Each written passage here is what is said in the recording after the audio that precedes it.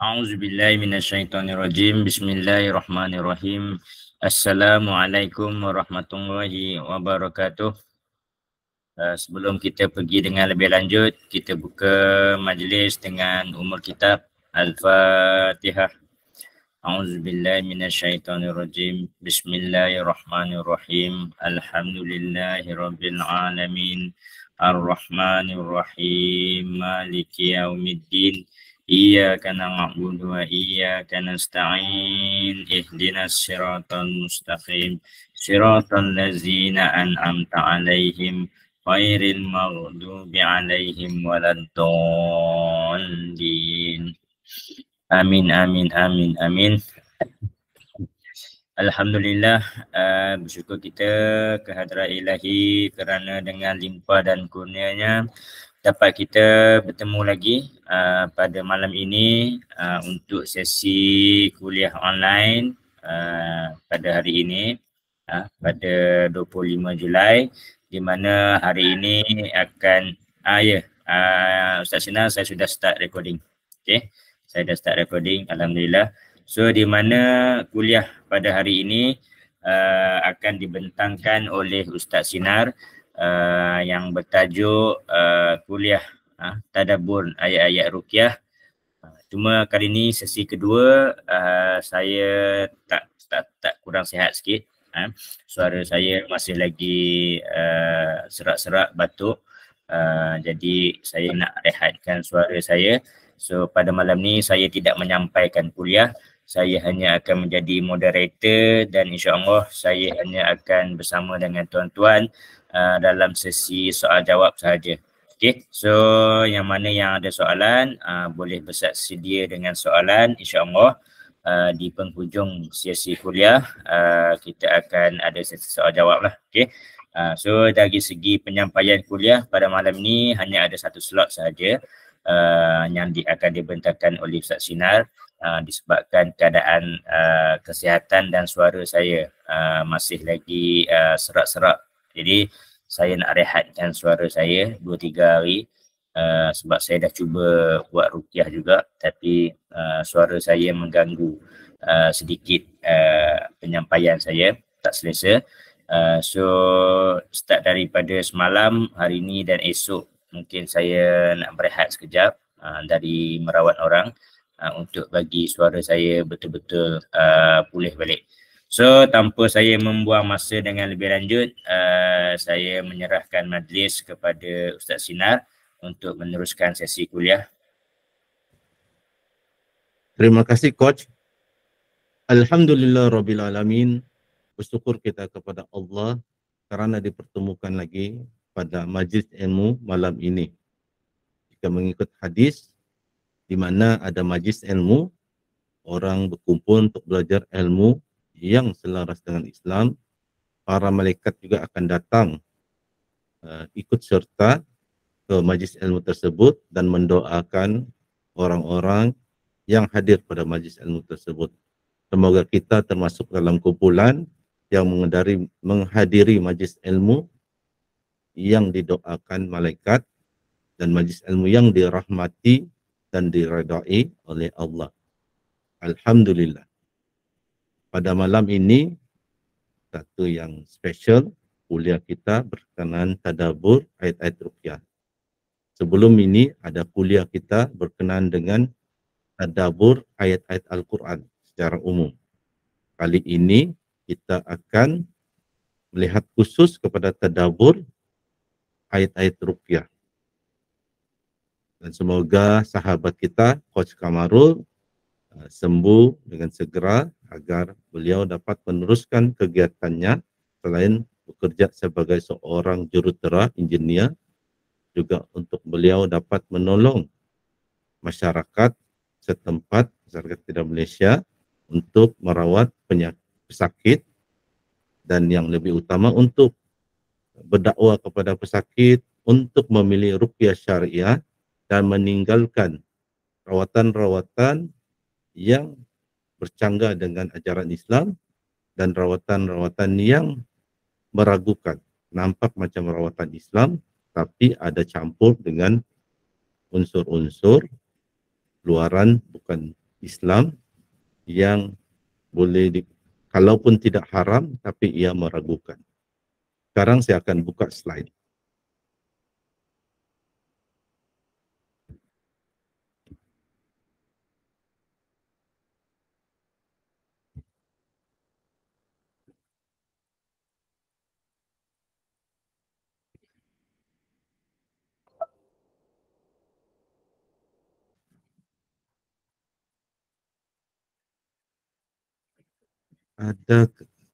Saya ingin bertanya, adakah slide yang saya buka ini boleh dilihat oleh peserta?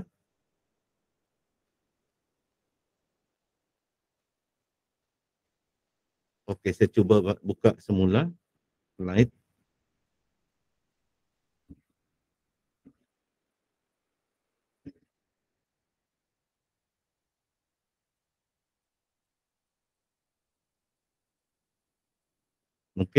Mungkin kali ini sudah nampak slide.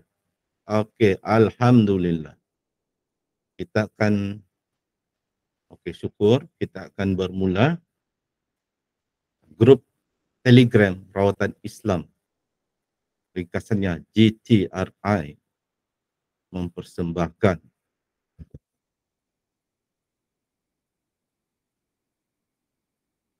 kita buat ala-ala movie sedikit. Kita mempersembahkan kuliah tadabbur ayat-ayat ruqyah.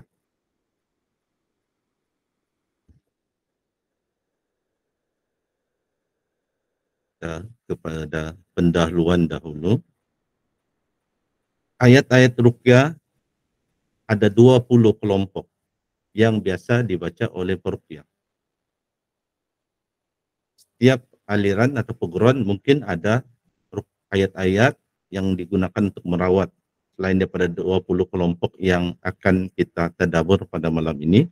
Tetapi secara umumnya inilah yang popular ayat-ayat ruqyah ini yang dibaca di Malaysia, di Indonesia, di England, di Amerika apabila digunakan untuk meruqyah. Bila saya sebut di England, di Amerika, sekarang ni ada ramai orang Islam. Bukan hanya ada di Malaysia dan di Indonesia, ada juga di England, ada juga di Amerika. Dan jangan kejut, sebahagian daripada orang-orang mat saleh ini yang asalnya mu'alaf bukan hanya pandai meruqyah, malah ada yang hafal 30 juz Al-Quran. Contohnya Imam Suhaib Web yang pernah keluar di TV Al-Hijrah pada tengah malam membincangkan tadabbur ayat-ayat Al-Quran, antaranya surah Al-Baqarah. Ia dulu adalah seorang DJ.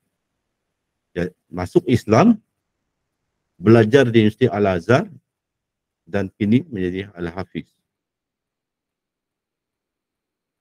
Jadi yang kita akan tadabbur adalah 20 kelompok ayat-ayat ruqyah yang biasa dibaca umum di Malaysia, di Indonesia, di luar negara, di Amerika, di England. Dan ayat-ayat ruqyah ini yang mirip kepada ayat-ayat manzil yang biasa diajar oleh kumpulan tabligh.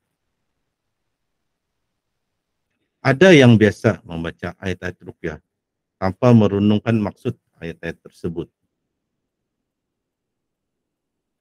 Dalam kuliah ini, kita akan melihat dan tadabbur ayat-ayat ruqyah yang biasa dibaca itu. Ingat, baca ayat-ayat ruqyah tanpa mengetahui maknanya tetap berkesan untuk tujuan ruqyah, untuk tujuan merawat. Tetapi membacanya dengan mengetahui serta memahami makna ayat-ayat tersebut akan menambahkan keberkesanan ayat-ayat yang dibaca. Oleh itu, sebaiknya setiap hari kita baca ayat-ayat ruqyah dengan merenungkan maknanya.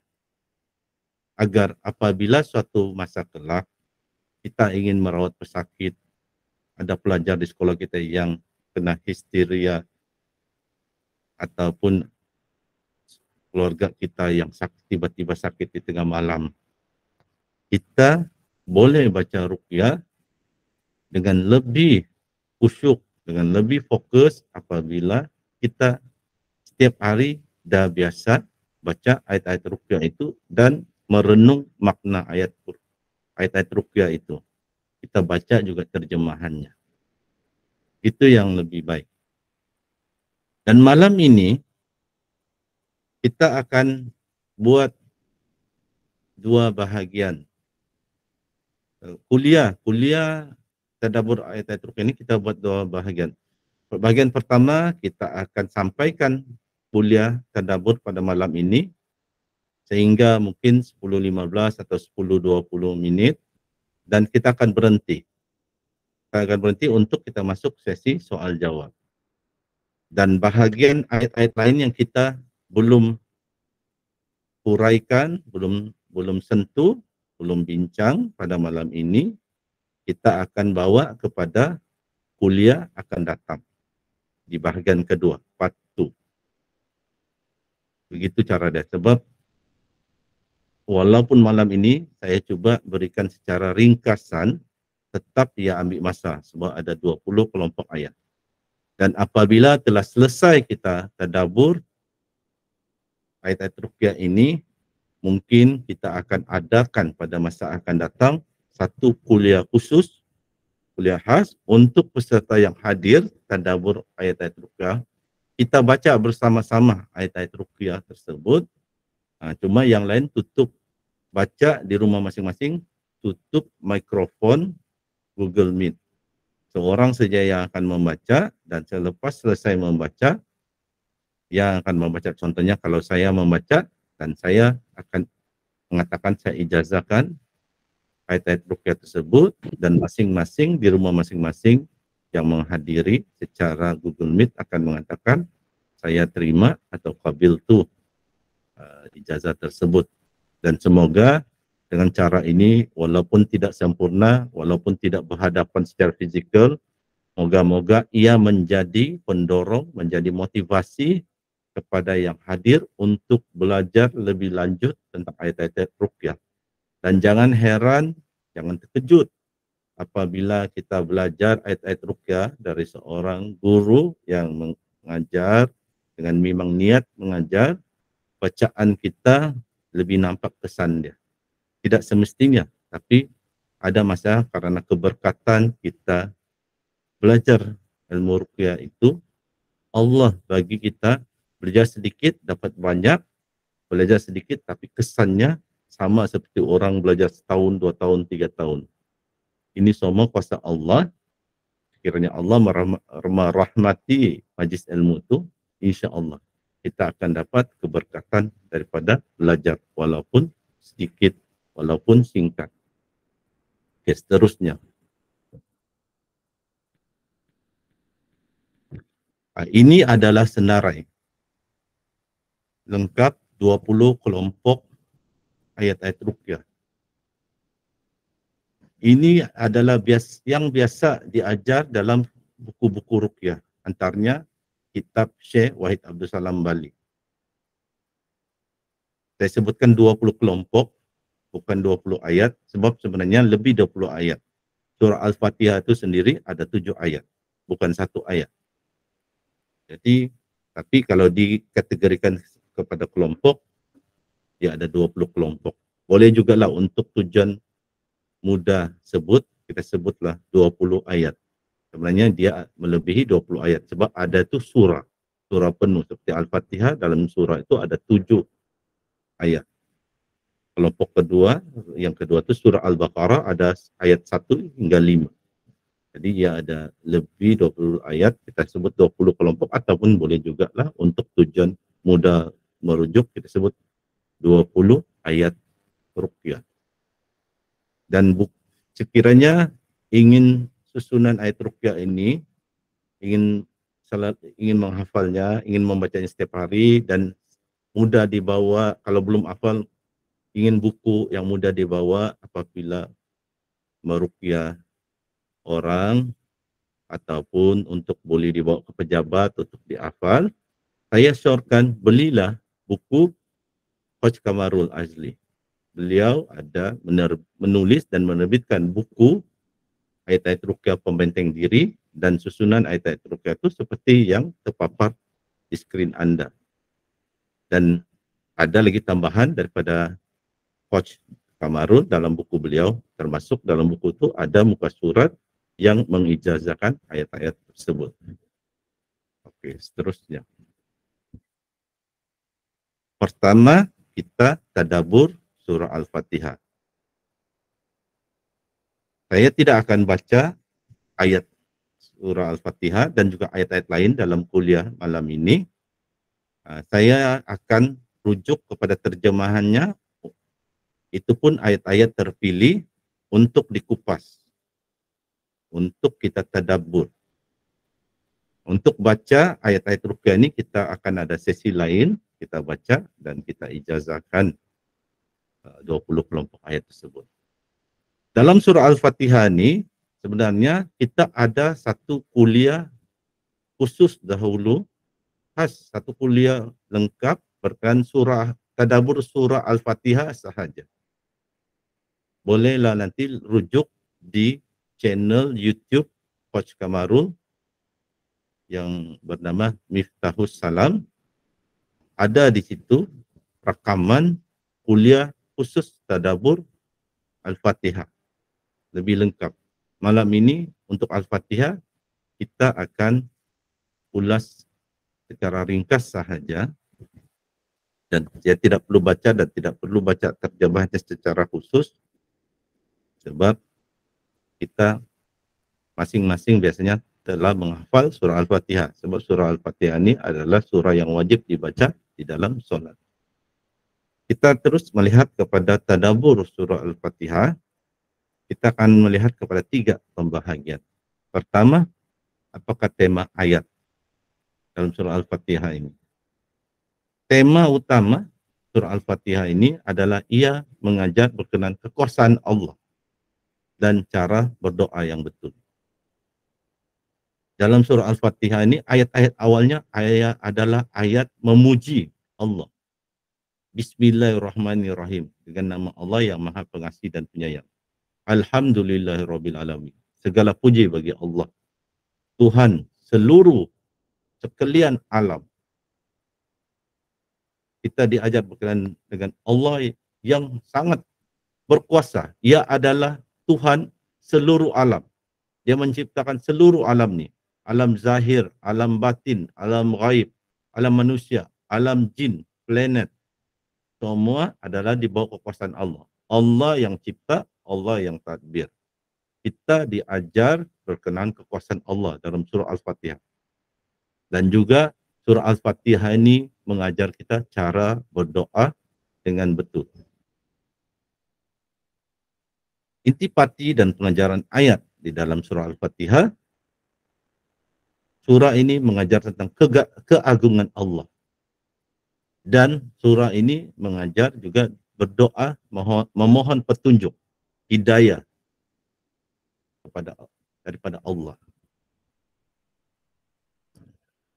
Ada ayat yang penting di dalam surah Al-Fatihah itu, semua penting, tapi ada satu yang penting untuk kita tadabbur, adalah ayat Iyyaka na'budu wa iyyaka nasta'in.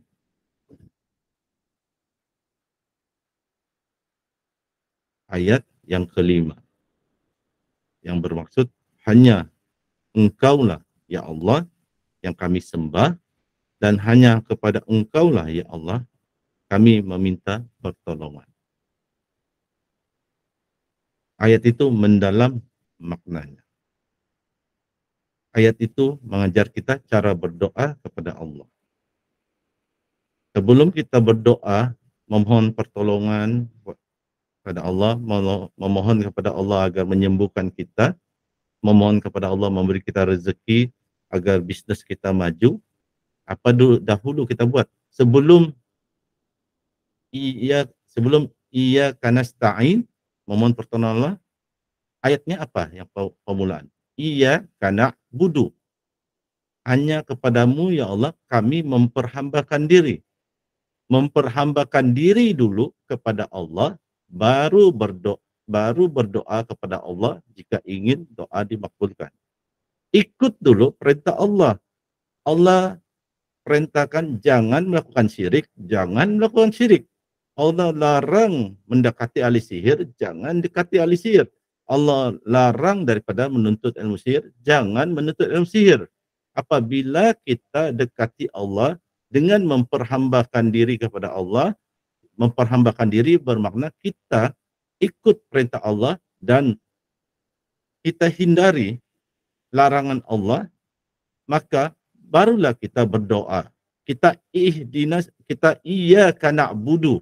Itu dahulu hanya kepada Allah kita memperhambakan diri, bukan kepada taghut, bukan kepada ahli sihir, bukan kepada jin, bukan kepada qadam jin, tapi kepada Allah kita memperhambakan diri. Barulah iyyaka nasta'in, baru kita memohon pertolongan Allah. Barulah doa makbul. Dan selama ini kita tidak buat begitu. Sebahagian daripada kita tidak buat begitu, itulah doa tidak pandai makbul. Dan dalam surah Al-Fatihah juga Allah mengajar sebelum kita berdoa memohon kepada Allah, kita puji dulu Allah. Kita sebut dulu nama Allah. Bismillahirrahmanirrahim. Alhamdulillahirabbil alamin. Kita puji dulu Allah dengan nama Allah yang Maha Pengasih dan Penyayang. Segala puji bagi Allah. Barulah kita memohon pertolongan. Iyyaka na'budu wa iyyaka nasta'in. Ihdinas siratal mustaqim. Ya Allah, tunjukkan kami jalan yang lurus. Ya Allah, berikanlah kami hidayah. Jalan yang lurus ini bukan jalan highway, tapi jalan yang lurus ini maksudnya hidayah. Ajaran agama Islam yang betul. Kita memohon hidayah kepada Allah. Cara berdoa, puji dulu Allah, barulah kita berdoa. Dan kita perlu iyyaka na'budu, memperhambakan diri. Dalam zaman sekarang ini banyak orang memperhambakan diri bukan kepada Allah. Kata Islam memperhambakan diri kepada Allah, tapi tidak. Ada memperhambakan diri kepada handphone. Ada memperhambakan diri kepada bisnes sampai lupa bersedekah. Ada memperhambakan diri kepada kuasa, ada memperhambakan diri kepada wanita. Macam-macam kita memperhambakan diri kepada uang. Kita tidak memperhambakan diri kepada Allah. Di sana masalah dia yang menjadikan doa kita tidak makbul. Sedangkan Allah dalam surah yang pertama dalam Al-Quran mengajar kita cara berdoa. Iyyaka na'budu dahulu, yaitu memperhambakan diri dulu kepada Allah. Iyyaka na'budu wa iyyaka nasta'in. Baru memohon pertolongan kepada Allah. Kalau kita ikut formula itu, insya Allah, Allah akan kabulkan doa kita. Dan doa yang paling penting, yang utama dahulu, bukanlah doa memohon sembuhkan penyakit, doa memohon jadi jutawan, tapi doa yang utama dahulu, seperti yang diajar dalam surah Al-Fatihah, yaitu ihdinas siratal mustaqim. Diterjemahkan, tunjukkanlah kami jalan yang lurus. Kalau ikut kitab-kitab tafsir, ihdina itu juga bermaksud berilah kami petunjuk, hidayah. Ya Allah, berilah kami hidayah. Hidayah yang betul, ajaran agama Islam yang betul. Jadi surah Al-Fatihah ini sangat mendalam maknanya, boleh ditadabur setiap hari. Kalau kita sudah mulai tadabbur surah Al-Fatihah ini, kita belajar bagaimana mentadabbur. Setiap hari kita baca tidak akan bosan. Ada sahaja perkara-perkara baru kita akan belajar daripada kita baca surah Al-Fatihah dan kita tadabbur, kita renungkan maknanya. Seterusnya, fadilat ayat untuk meruqyah surah Al-Fatihah ini sesuai dibaca untuk merawat berbagai jenis penyakit. Penyakit disengat kalajengking, penyakit batuk, penyakit sel semak, penyakit diganggu jin, penyakit disihir, penyakit ain. Surah Al-Fatihah ini sesuai untuk berbagai jenis penyakit. Itulah juga surah Al-Fatihah ini antara nama dia yang lain surah Asy-Syifa, surah penyembuhan. Al-Fatihah ini adalah surah yang banyak nama. Cuma yang popular adalah surah Al-Fatihah. Surah Asy-Syifa juga adalah nama kepada surah Al-Fatihah. Jadi kita ringkaskan, kalau ingin tadabbur lebih mendalam, boleh tengok di YouTube kuliah yang lalu, pertama khusus berkenan tadabbur surah Al-Fatihah. Oke, kita pergi ke ayat selanjutnya. Ayat kedua adalah surah Al-Baqarah ayat 1 hingga 5 yang biasa dibaca di dalam kita merawat atau meruqyah orang.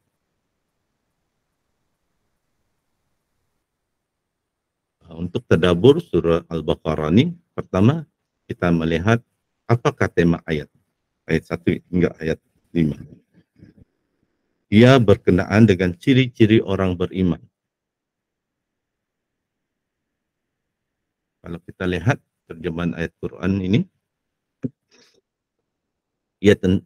ayat kedua yang mengatakan tentang kitab Al-Quran ini tidak ada keraguan padanya. Ia petunjuk bagi orang-orang yang bertakwa. Lepas itu dalam ayat seterusnya Allah menyebutkan ciri-ciri orang yang bertakwa, ciri-ciri orang yang beriman. Dan di ayat yang terakhir, ayat kelima, Allah mengatakan orang-orang yang bertakwa ini, orang-orang yang beriman ini tetap mendapat petunjuk dari Tuhan mereka, dari Allah. Dan mereka adalah orang-orang yang beruntung. Orang-orang yang successful. Kalau ingin belajar ilmu motivasi, ilmu kejayaan, kita tidak perlu ikut kursus-kursus motivasi pun, dalam Al-Quran telah mengajar kita. Ayat 5 telah mengatakan, siapakah orang yang beruntung, yang successful? Allah berikan ciri-ciri itu. Ada di dalam ayat kedua, ayat ketiga, ayat keempat. Orang yang successful adalah orang yang beriman kepada yang gaib. Beriman kepada gaib ini bukan percaya hantu, jin, tetapi percaya wujudnya, alam gaib. Termasuk alam gaib ini bukan semata-mata jin, semata-mata malaikat. Surga ini juga adalah gaib. Kita tidak nampak. Mempercayai wujudnya surga, mempercayai wujudnya neraka, termasuk dalam kategori ini. Dan orang yang mendirikan solat, orang yang menafkahkan sebagian rezeki yang Allah anugerahkan. Ini banyak kita tidak lakukan.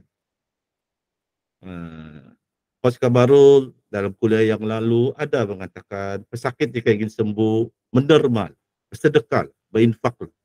Jarang yang buat. Jarang yang buat. Tidak ramai. Sebab kalau kita ingin berinfak tu berdermalah, orang yang menerima tu agar senang hati. Tapi jarang kita kita berdoa kepada Allah, tapi kita jarang inilah. Sedangkan ada dalam ayat 3 ini kita yang mengingatkan kita antara ciri orang yang bertakwa, antara ciri orang yang beriman, ia suka menafkahkan sebagian rezeki. Dan tidak semestinya menderma kepada orang miskin yang meminta sedekah, menderma kepada tabung, katakan dalam kita punya grup ini, grup Telegram Rawatan Islam. Penceramah mungkin ingin membeli peralatan baru untuk berceramah. Bila kita menderma, itu satu infak juga daripada rezeki kita. Dan bila kita menderma dengan ikhlas, tidak semestinya dalam grup ini kita menerima kepada adik kita yang miskin, yang susah, bukan tidak semestinya miskin, dia susah, kita pinjamkan uang, ataupun kita bantu akan sekejap kita yang kesempitan uang. Itu juga adalah menafkahkan sebahagian daripada rezeki. Tidak semestinya kita menderma kepada peminta sedekah. Sedekah ini boleh diberikan kepada siapa sahaja. Bukan saja kepada orang miskin, kepada orang yang tidak miskin tapi memerlukan bantuan pun boleh kita sedekah. Cuma di dalam budaya kita di Malaysia, elakkan menggunakan perkataan sedekah. Sebab ada orang tersinggung bila kita kata kita sedekah, dia sangka kita menganggap dia miskin peminta sedekah. Tidak semestinya. Sedekah ini tidak semestinya. Tapi kalau kalau tidak semestinya bahwa orang yang kita berikan itu mestinya orang yang miskin apa ke dana, tidak semestinya.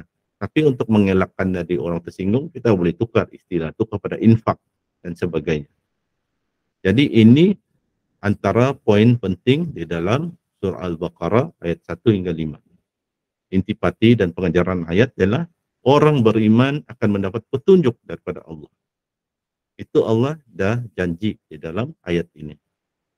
Dan fadilat ayat ini untuk meruqyah, ayat ini biasa dibaca untuk ruqyah secara umum.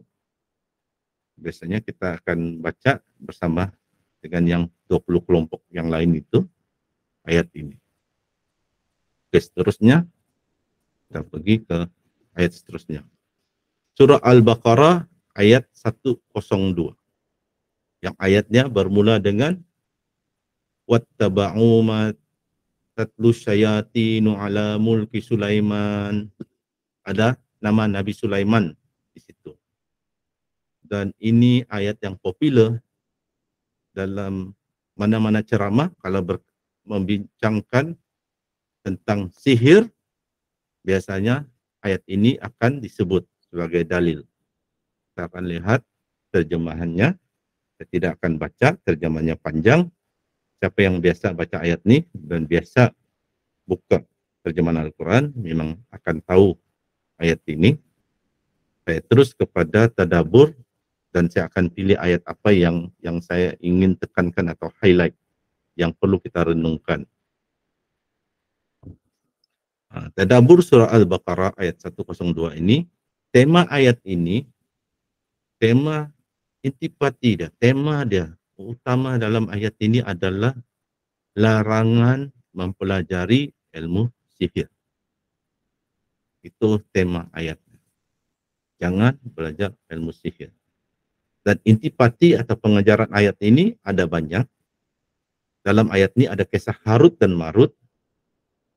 Dan ada cerita tentang kekuasaan Allah. Yang berkenaan Harut dan Marut ini saya ringkaskan, ada banyak tafsir. Banyak ulama tafsir menerangkan tentang Harut dan Marut ini. Kita tidak akan pergi kepada setiap satu pendapat sebab dia akan memakan masa yang lama. Kita ambil satu tafsir kepada ayat tentang Harut dan Marut ini, yaitu Harut dan Marut adalah malaikat yang diturunkan oleh Allah ke bumi, ke dunia. Dalam ayat itu ada disebut untuk mengajar sihir. Cuma kita kena paham, mengajar sihir bukan mengajar sihir bagaimana melakukan sihir, bagaimana menyihir orang. Bukan, malaikat Harut dan Marut diturunkan ke bumi untuk mengajar manusia apa itu sihir. Baca mantra itu sihir, buat ini ritual tertentu itu sihir. Dan Harut dan Marut ini mengajar untuk tujuannya memperingatkan manusia jangan belajar ilmu ini. Sebab ilmu ini adalah haram, ilmu ini adalah syirik. Itu tujuan mereka mengajar. Untuk kita kenal mana satu sihir, mana satu ilmu ruqyah syariah, mana satu ilmu sihir. Jadi kita hindari. Tapi apa yang berlaku, manusia belajar untuk dipraktikkan ilmu sihir itu. Dan seperti contoh di dalam ayat 102, ada yang melakukan sihir untuk memisahkan suami istri. Sedangkan Harut dan Marut, keduanya mengajarkan sesuatu dan mereka mengingatkan dengan mengatakan, sesungguhnya kami hanya cobaan bagimu, ujian bagimu. Kami ajar ini untuk kamu menghindari sihir, bukan untuk kamu praktikkan. Sebab itu janganlah kamu kafir. Di situ ayat ini menunjukkan siapa belajar sihir boleh jatuh kafir. Jadi berhati-hati. Sekarang sihir banyak dibungkus dengan berbagai istilah. Sedangkan kalau dikaji mendalam, basic dia, ia adalah ilmu sihir. Tapi sekarang telah dibungkus dengan berbagai istilah cantik. Seolah dia seperti scientific. Dia dimasukkan dalam kategori metafizik. Dan karena ada perkataan fizik, orang sangka dia scientific, sains fisik. Sedangkan orang terlupa, termix up. Metafisik bukan sains. Yang sains ini quantum fisik. Kalau quantum fisik itu adalah sains. Metafisik bukanlah sains. Dia ilmu-ilmu seperti perdukunan. Bintang zodiak, bintang 12, meramal nasib. Jadi ayat ini sangat penting yang mengingatkan kita hindari sihir. Dan satu lagi poin yang penting dalam ayat ini yang ada dalam ayat ini dikatakan mereka itu yaitu ahli sihir tidak memberi mudarat dengan sihirnya kepada seorang pun kecuali dengan izin Allah. Saya coba ringkaskan izin Allah di sini kalau tidak paham jadi masalah. Izin Allah di sini kita kena faham. Izin Allah ada dua kategori. Satu izin syar'i dini, satu izin kauni qadari. Kalau izin syar'i dini, contohnya Allah perintahkan kita solat 5 waktu. Bila kita laksanakan, Allah izinkan kita tidak cedera, kita tidak lumpuh, kita sehat, kita dapat laksanakan solat 5 waktu. Itu izin syar'i dini. Allah izinkan kita dapat melakukan solat dan Allah reda dengan perbuatan kita. Izin kauni qadari pula tidak semestinya Allah reda. Ada orang merancang ingin merompak bank. Ada Allah tidak izinkan. Baru dia bawa kereta, belum sampai kepada bank, dia kemalangan, dia mati. Atau dia patah kaki, dia kena hantar ke hospital. Dia tidak sampai merompak bank. Tidak Allah izinkan dia merompak bank. Tapi ada juga perompak yang merancang, dapat sampai ke bank, dapat merompak bank. Dapat bawa lari, sembunyikan uang itu di hutan dan sebagainya. Dia berjaya merompak bank karena Allah izinkan. Tapi itu izin namanya izin kauni qadari. Allah izinkan ia berlaku, Allah takdirkan ia berlaku, tetapi Allah tidak reda. Tidak reda, tapi Allah izinkan ia berlaku.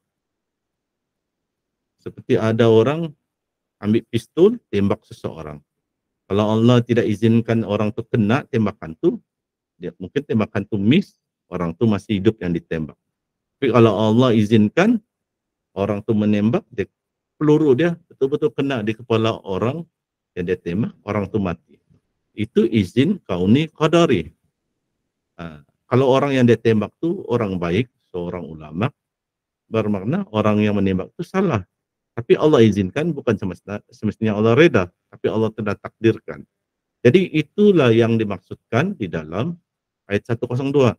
Ahli sihir tidak akan boleh kenakan sihir kepada kita kecuali Allah izinkan, yaitu izin kauni qadari. Dan jadi macam mana kita mengelakkan? Allah sudah bagi panduan.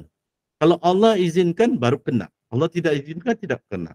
Jadi panduan dia kepada kita yang tidak ingin kena sihir, kita kena berdoa kepada Allah. Bacalah doa-doa yang diajar Nabi seperti Bismillahirrahmanirrahim la yadurru ma'asmi syai'un fil ardi wala fis sama'i wa wasamiyyun alim, dan doa-doa lain. Dan apabila kita kena, kita ingin sembuh, kita kena sihir, pun berdoa kepada Allah. So Allah dah bagi tahu di dalam ayat ini. Sihir itu hanya memberi kesan apabila Allah izinkan. Jadi kalau tidak ingin berkesan, Allah tidak izinkan. Jadi macam mana kalau kita mau agar sihir itu tidak berkesan atau sihir yang tidak kena itu jadi tawar ataupun kita sembuh daripada sihir, yaitu kita berdoa kepada Allah. Apabila Allah izinkan kita sembuh, kita akan sembuh. Dan apabila kita lambat sembuh, kita jangan salahkan Allah. Tapi kita lihat kepada diri kita sendiri. Adakah masalah di hati kita? Adakah hati kita, bukan saja fizikal kita sakit, tapi hati kita pun ada penyakit. Kita berdendam dengan adik-beradik kita, ibu bapa kita punya tanah, kita tukar nama secara paksaan, secara tipuan, kita tukar nama harta, geran, bapak kita atau abang kita kepada nama kita, mungkin dari sana Allah turunkan bala kepada kita, jadi kita sakit, atau kita durhaka kepada ibu bapa. Jadi Allah turunkan penyakit, Allah lambat sembuhkan kita. Apabila kita betul-betul memohon ampun dan maaf kepada ibu bapa kita, baru Allah sembuhkan kita. Jadi perkara-perkara ini yang kita kena renungkan.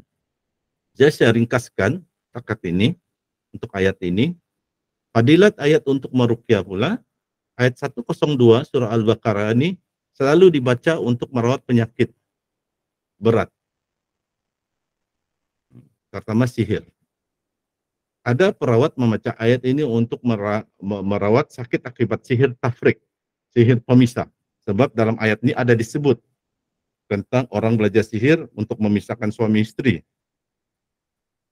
Namun sebenarnya ayat ini dibaca untuk merawat berbagai jenis penyakit, berbagai jenis sihir. Tidak semestinya sihir pemisah. Malah ayat ini boleh dibaca untuk merawat kanser. Dibaca ayat ini dan digabungkan dengan ayat-ayat lain. Dan ayat ini, surah Al-Baqarah ayat 102, juga banyak selalu digabungkan, dibaca bersama-sama ayat-ayat pembatal sihir. Apakah itu ayat-ayat pembatal sihir? Ada 3 yang nanti kita akan uraikan, sebab kita akan sampai kepada ayat-ayat tersebut. Antaranya surah Al-A'raf, surah Yunus, dan di surah Taha. Kita akan sampai dan kita akan kupas. Ayat ini boleh dibaca bersama-sama 3 kelompok ayat itu yang disebut namanya sebagai ayat pembatal sihir, ataupun ayat ini dibaca bersendirian pun boleh, atau dibaca penuh dengan 20 kelompok ayat yang lain. Jadi kita akan pergi kepada ayat seterusnya. Ayat seterusnya ini adalah surah Al-Baqarah ayat 163, 164 yang bermula dengan sebutan wa ilahukum ilahu wahid la ilaha illa huwa rahmanur rahim. Kita lihat terjemahannya. Ayat ini selalu dibaca untuk meruqyah. Dan sayang, ramai orang awam, pesakit, tidak selalu amalkan ayat ini. Sedangkan ayat ini banyak fadilatnya dari sudut ruqyah. Kita terus kepada tadabbur ayat 163 dan 164 surah Al-Baqarah. Tema ayat ini adalah berkenaan kekuatan dan kekuasaan Allah. Dan intipati atau pengejaran ayat yang mengajak manusia merenung kejadian alam dan kaitannya dengan kekuasaan Allah. Kita lihat terjemahannya. Tuhanmu adalah Tuhan yang Maha Esa. Tidak ada Tuhan melainkan Dia yang Maha Pemurah lagi Penyayang. Dan ayat 164 diceritakan tentang penciptaan langit, penciptaan bumi, penciptaan malam dan siang, tentang bahtera yang berlayar di laut, tentang air, tentang Allah hidupkan bumi dengan tumbuh-tumbuhan, dan Allah ciptakan berbagai jenis hewan di bumi ini, angin dan awan. Semua ini kalau direnung, ia adalah tanda-tanda keesaan dan kebesaran Allah. Cuma sayang kita, orang Islam, kurang merenung, saintis yang banyak merenung. Apabila ada saintis yang secara objektif merenung tentang penciptaan alam ini, akhirnya mengakui bahwa dalam dunia ini adanya Tuhan. Dan mereka pun masuk Islam.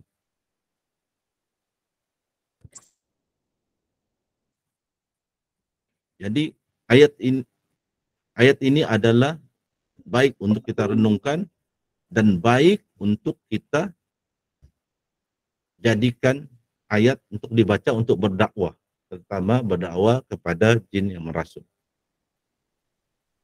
Fadilat ayat ini untuk meruqyah, sebenarnya fadilat ayat ini ada banyak. Malah ada hadis Nabi, walaupun status hadis itu mungkin bukan sahih, hanya hadis dhaif, tapi mengatakan Ismul Azam, nama Allah yang agung, ada di dalam ayat 163. Ayat 163 dan 164 ini selalu dibaca untuk merawat penyakit berat. Kalau penyakit berat, sakit gangguan sihir, siam, sakit kanser, nah ini juga ayat yang bagus dibaca. Ayatnya tidak panjang, 2 ayat saya. Untuk pukau pun bagus dibaca ayat ini. Contoh, seorang istri, suaminya cabut lari pergi disihir oleh seorang perempuan lain. Atau anak mereka disihir ilmu pengasih, lari dari rumah. Bacalah ayat ini berulang kali, 100 kali, 200 kali setiap hari. Insya Allah, anak yang lari mungkin akan pulang atau akan call ibu bapak, minta ambil dan mengatakan ia ingin pulang. Suami yang dipukau atau istri yang dipukau lari dengan orang lain, insya Allah mungkin akan menghubungi pasangan dan waktu itu mungkin akan bersetuju untuk dirawat. Ada banyak kelebihan fadilat. Cuma guru-guru kita, dia tidak banyak uraikan fadilat sesatu ayat. Sebabnya kenapa? Sebab guru-guru kita ingin kita mengamal ayat ini untuk dapat pahala, untuk mendapat keredaan Allah, bukan semata-mata untuk dapat ilmu kebal, ilmu sakti, ilmu pengasih. Jadi mereka tidak beritahu fadilat. Mereka mungkin hanya beritahu 1 atau 2, amalkan ayat ini, bagus untuk pendinding dari sihir. Sebenarnya ayat ini banyak kelebihan dia berdasarkan pengalaman. Untunglah orang yang bila diajar guru, dia amal. Yang tidak amal, sekadar satu ilmu pengetahuan teori saja bahwa ada ayat 163 dan 164 boleh dibaca untuk ruqyah, itu saja. Tapi dia tidak amalkan hari-hari. Nah, orang yang amalkan, dia tahulah macam mana kelebihan ayat ini. Oke, seterusnya kita pergi kepada ayat yang lain. Ayat yang sangat populer, ayat 255 hingga 257. Kalau orang yang biasa membaca, tahulah ayat 255 ini apa. Ayat 255 adalah ayatul kursi. Dan ada peruqyah dia cuma baca ayat 255. Ada pula peruqyah dia baca terus sambung dengan ayat 2 ayat seterusnya, yaitu ayat 256, 257. Saya kalau ingin cepat, saya baca saja ayat 255. Tapi kalau masa cukup mengizinkan, saya suka baca 200, ayat juga 256, 257. Sebab maknanya cantik, sesuai untuk berdakwah, terutama kepada jin yang merasuk pesakit. Kita lihat dulu tadabbur ayat Quran ini. Tema ayat ini, pertama ayat 255 surah Al-Baqarah, yaitu ayat kursi. Dia temanya itu ada kesilapan sedikit, saya nanti saya perbetulkan. Itu bukan yang ayat tertulis itu bukan tema ayat, tetapi itu adalah intipati pengajaran ayat dan juga fadilat ayat. Tema ayat ini sebenarnya tentang kekuasaan Allah. Allah Maha berkuasa.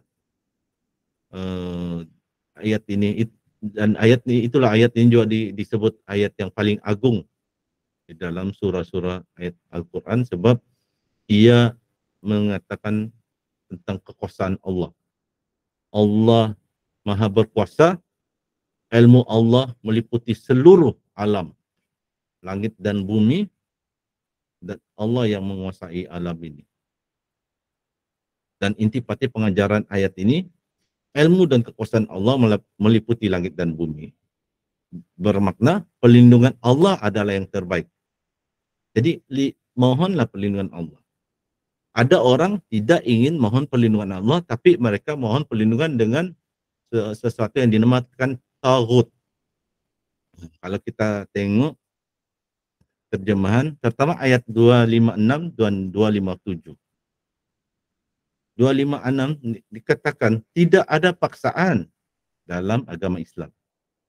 Nak beragama Islam boleh, tak nak beragama Islam pun silakan. Tapi ada kesannya nanti di akhirat. Dan Allah katakan, sesungguhnya telah nyata kebenaran Islam itu dari kesesatan. Maka Allah katakan lagi, siapa yang tidak percayakan tauhid, di sini Allah ada sebut tauhid, ia beriman pula kepada Allah, maka ia telah berpegang dengan tali yang kukuh. Iaitu inilah agama yang betul, yang kuat, yang teguh dan tidak akan putus. Dan ingatlah, Allah itu maha mendengar, lagi maha mengetahui. Dia tahu isi hati kita. Mulut kita kata, kita kononnya beriman, tapi kita masih juga belajar ilmu sihir, masih simpan qadam jin, masih bertuankan tauhid, Allah tidak akan tolong kita. Dan cantiknya ayat selepas itu, ayat 257, Allah tekankan lagi, Allah ingatkan lagi. Allah adalah wali. Di situ Allah sebut Allah adalah wali ataupun pelindung. Wali ini ada banyak makna. Allah adalah pelindung bagi orang-orang yang beriman. Wali kita adalah Allah, wali orang yang beriman. Dan Allah mengeluarkan kita daripada kegelapan, daripada kesesatan, kepada iman, kepada cahaya iman. Kita dalam Islam ini kita akan bercahaya. Kalau jin ini dia boleh nampak tuh cahaya daripada Al-Quran, bacaan Al-Quran, cahaya orang-orang yang beriman. Dan ada pula satu kelompok dalam ayat 257 ini mengatakan orang-orang kafir. Karena ingat, orang-orang kafir ini bukan semata-mata orang-orang non-muslim. Tukang sihir yang sudah melakukan kekufuran, melakukan kesyirikan, masuk juga dalam kategori ini. Dan apa Allah katakan? Orang-orang yang kafir, penolong mereka ialah taghut. Taghut ini adalah istilah yang penting di dalam Al-Quran. Cuma ramai kita tidak sedar. Kita selalu sebut setan ya, tapi jarang kita sebut taghut. Sedangkan taghut ini ada disebut dalam Al-Quran antara ada ayat 257. Allah mengatakan orang-orang kafir, orang-orang yang kufur, termasuk juga ahli sihir, penolong mereka adalah taghut yang mengeluarkan mereka daripada cahaya iman, mengeluarkan mereka kepada kegelapan, jadi murtad, jadi syirik. Dan apa Allah katakan? Apa akan berlaku kepada mereka? Mereka itulah ahli neraka dan mereka kekal di dalamnya. Taghut ini dia makna dia luas. Iblis pun taghut, setan pun taghut, ahli sihir pun taghut. Ahli sihir yang berkompromi, berpakat, buat perjanjian dengan setan, dengan jin itu pun taghut. Jadi berhati-hati, jangan sembarang belajar, rupanya kita belajar bukan tukang sihir, bukan perawat Islam. Dia orang Islam, zahirnya dia Islam, tapi dia tukang sihir. Sebab kita belajar dengan mereka, kita anggap mereka tok guru yang kita amat hormati, kita anggap mereka wali, kita sudah termasuk, nanti kita risau termasuk dalam ayat 257, yaitu kita telah berwalikan taghut. Kita telah bertuankan taghut. Dan apa kesan dia kalau kita menjadikan pelindung taghut sebagai pelindung kita, tukang sihir sebagai pelindung kita, tukang sihir sebagai perawat kita? Penghujung ayat itu mengatakan orang yang percaya kepada taghut, yang minta pertolongan taghut, mereka itu adalah ahli neraka dan mereka kekal di dalamnya. Kekal. Hati-hati. Jangan ambil risiko. Jangan cuba-cuba ambil risiko kalau berkenan akidah. Sebab akidah dia bukan macam kita ambil SPM. Tahun lalu ambil SPM, tahun ini dapat keputusan. Keputusan tidak bagus, ambil lagi SPM. Kasih perbaiki lagi. Kalau kita punya akidah salah, kita kononnya belajar dengan wali inilah, belajar dengan itulah, ilmu mengenal diri. Aku di dalam dia di dalam aku. Ilmu tasawuf tahap tinggi dikatakan. Sebenarnya ilmu ajaran sesat yang menyamar sebagai ilmu tasawuf. Bila di akhirat kelak, baru kita sedar ilmu itu sesat. Boleh kita angkat tangan, beritahu Allah, kita minta kembali ke dunia, minta Allah jadikan balik ke bumi. Tidak boleh. Allah tidak mau. Sebab Allah telah berjanji. Dan Allah tepati janjinya. Allah telah berjanji. Apabila kiamat tiba, Allah hancurkan semua alam ini. Yang hanya tinggal adalah surga dan neraka. Dan kita akan dibicarakan di padang mahsyar. Jadi kalau kita sudah syirik, kalau kita sudah murtad tanpa kita sedari, kita paham-pahamlah, bacalah ayat 257, penghujung ayat 257. Mereka itulah ahli neraka, mereka kekal di dalamnya. Jadi nasihat saya, termasuk kepada diri saya sendiri, jangan kita memohon perlindungan kepada Tauhid. Mohonlah perlindungan kepada Allah. Bacalah doa-doa yang sahih Nabi ajar. Jangan baca jampi mentera. Belajarlah ilmu rawatan ruqyah syariah yang daripada Nabi, yang diajar ulama. Hati-hati belajar ilmu tenaga dalam dan sebagainya. Sebab sebagian ilmu itu ada berasal daripada yoga dan berasal daripada agama Hindu, berasal dari agama Buddha. Kita yakinkah bahwa ilmu itu telah ditapis, sudah tidak ada unsur-unsur syirik di dalam ilmu itu? Ingin ambil risiko? Silakan. Saya tidak ingin ambil risiko perkenaan akidah.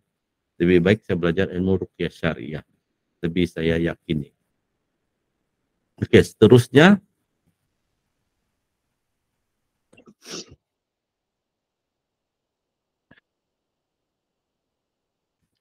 Ayat kursi juga nih fadilatnya banyak. Ia boleh dibaca untuk merawat berbagai penyakit. Penyakit gangguan jin, penyakit ain, penyakit sakit fizikal, sakit kanser dan sebagainya. Jadi itu secara ringkasnya, dia banyak fadilatnya. Terusnya, kita pergi ke ayat seterusnya.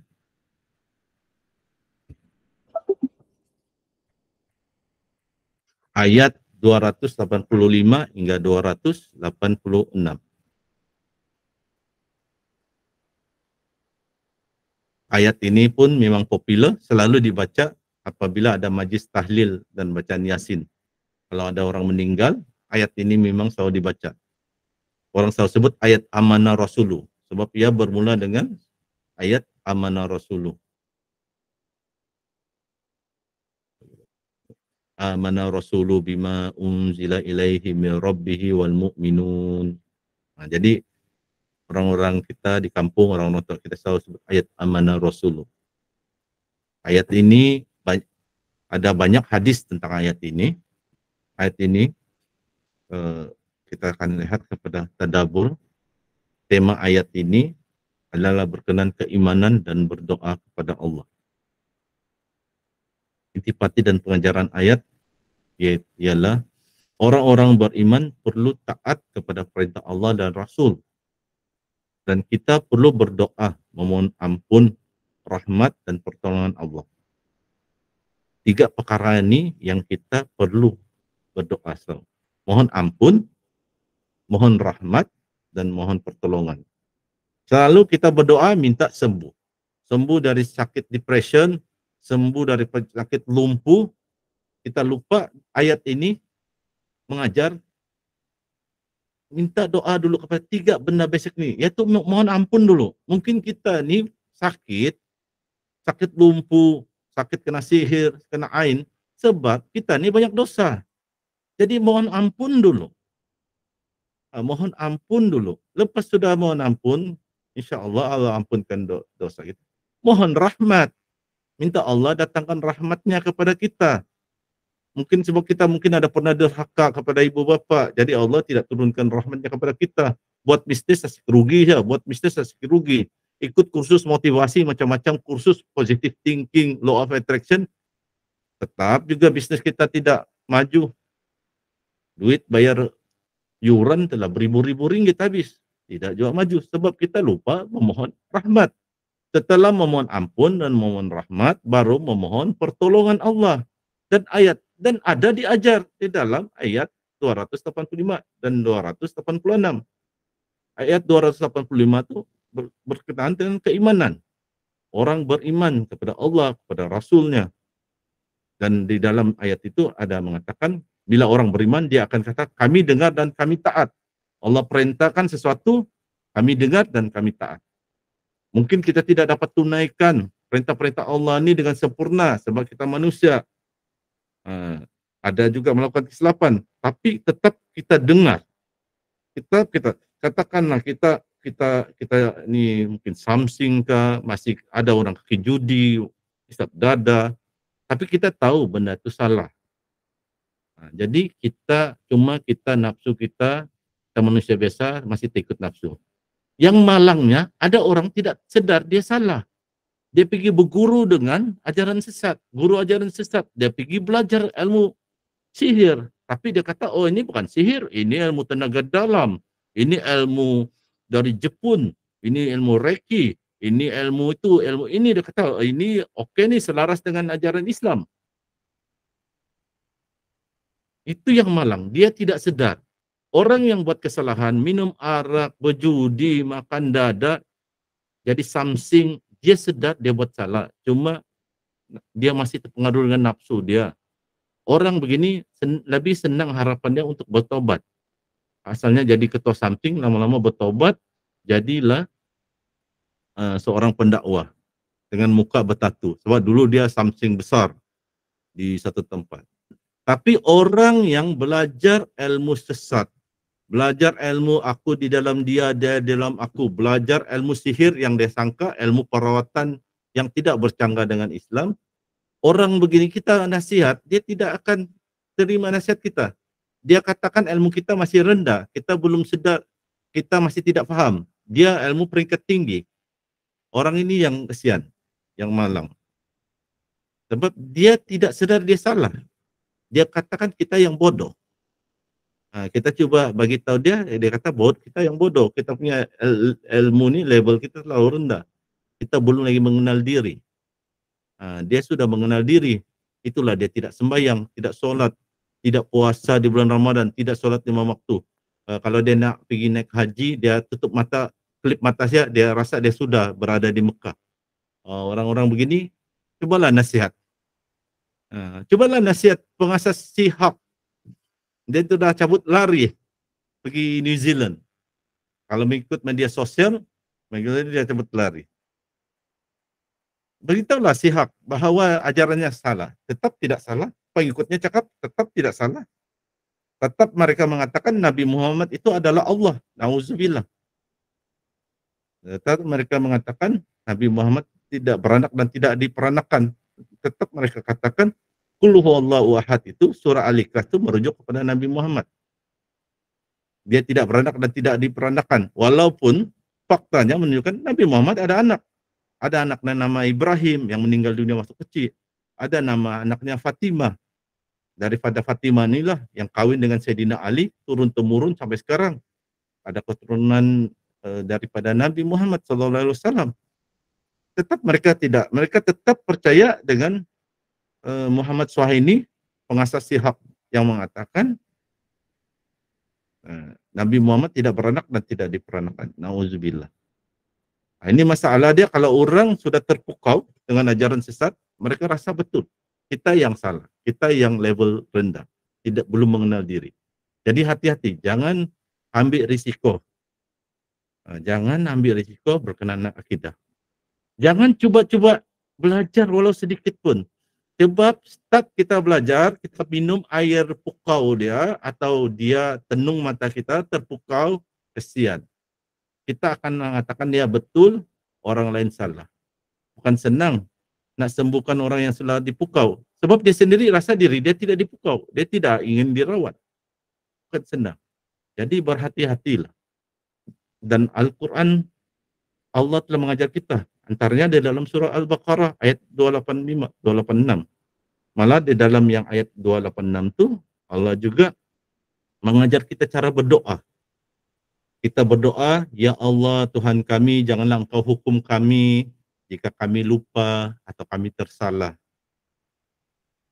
Ya Allah Tuhan kami, janganlah Engkau bebankan kami dengan beban yang berat sebagaimana Engkau bebankan kepada orang-orang sebelum kami, orang-orang zaman dahulu. Ya Allah, Janganlah engkau pikulkan kepada kami apa yang kami tidak sanggup memikulnya. Berilah maaf kepada kami. Ampunilah kami dan rahmatilah kami. Setelah doa itu baru kita berdoa, ya Allah, engkaulah penolong kami, maka tolonglah kami terhadap kaum yang kafir. Tolonglah kami terhadap ahli sihir. Tolonglah kami orang yang cuba menganiaya kami. Kita berdoa dulu, minta ampun, minta rahmat, baru kita berdoa kepada Allah, mohon pertolongan.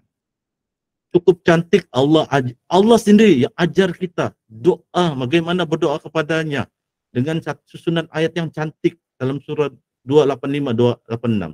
Tapi kita baca amanah rasulu, tapi kita tidak renungkan, kita tidak tadabbur begitu cantiknya makna ini.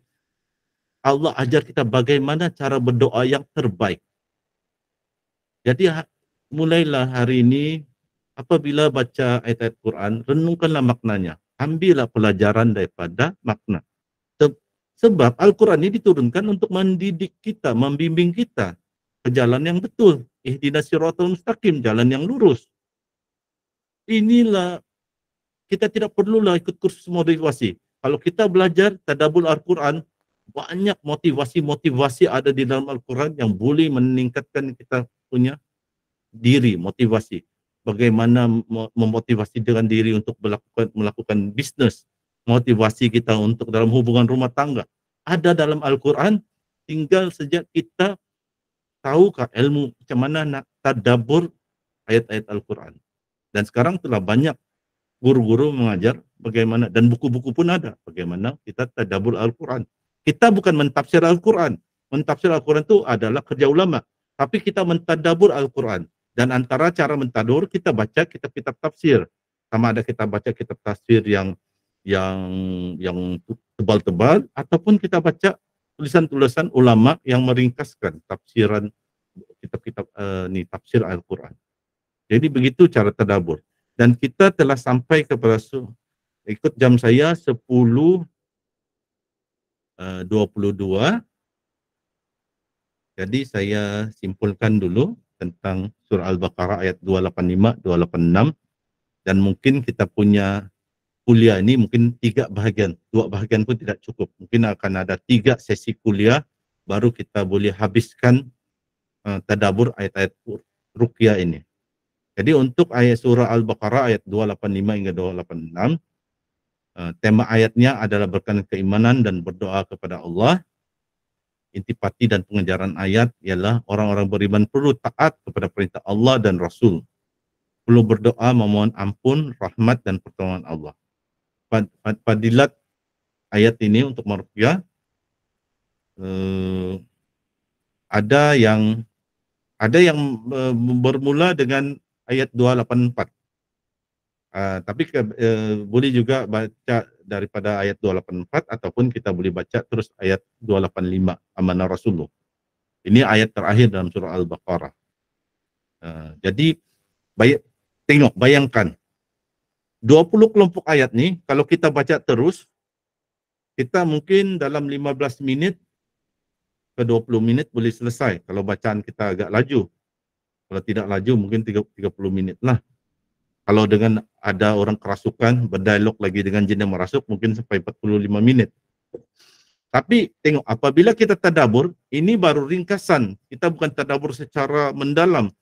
Pun baru kita sampai ayat kelompok ke-6. Baru sampai kelompok ke-6 sudah pukul 10.24. Kalau ikut jam di handphone saya. Jadi pengajaran dia bahawa tadabbur ini, kita merenung ayat-ayat Quran ni, ambil pelajaran dari ayat ni, dia mengambil masa. Jadi kita kena selalulah buat. Kita baca 20 kelompok ayat ni tiap-tiap hari, baca sebagai pendinding diri, tapi kita tadabbur juga maknanya. Sebab setiap ayat ini ada pelajaran yang kita boleh dapat. Dan apabila kita tadabbur makna, kita faham ayat ini, apabila kita baca ruqyah, lagi kuat kesannya. Malah kita boleh guna ayat ini untuk berdakwah kepada jin yang merasuk. Jadi untuk pada malam ini kita akan berhenti pada surah Al-Baqarah ayat 285 hingga 286. Nanti pada kuliah akan datang, mungkin minggu depan insya-Allah, kita akan sambung kuliah kita tentang tadabbur ayat-ayat Quran ini pada surah Ali Imran ayat 18 hingga 19 dan seterusnya. Dan ada kemungkinan mungkin 3 kuliah baru kita boleh selesai, memandangkan sekarang pun sudah 10.25, kita baru sampai kepada surah Al-Baqarah. Itu pun kita ringkaskan, kita tadabbur secara ringkas. Jadi saya setakat ini untuk malam ini kita tadabbur ayat-ayat Al-Quran daripada kelompok pertama surah Al-Fatihah kepada sampai kepada surah Al-Baqarah ayat 285 dan 286, yaitu ayat amanah Rasuluh. Jadi setakat ini saya akan sebelum saya serahkan majlis ini untuk kita sesi kepada Coach Komarudin sebagai moderator untuk kita sesi soal jawab, saya tutup dulu slide.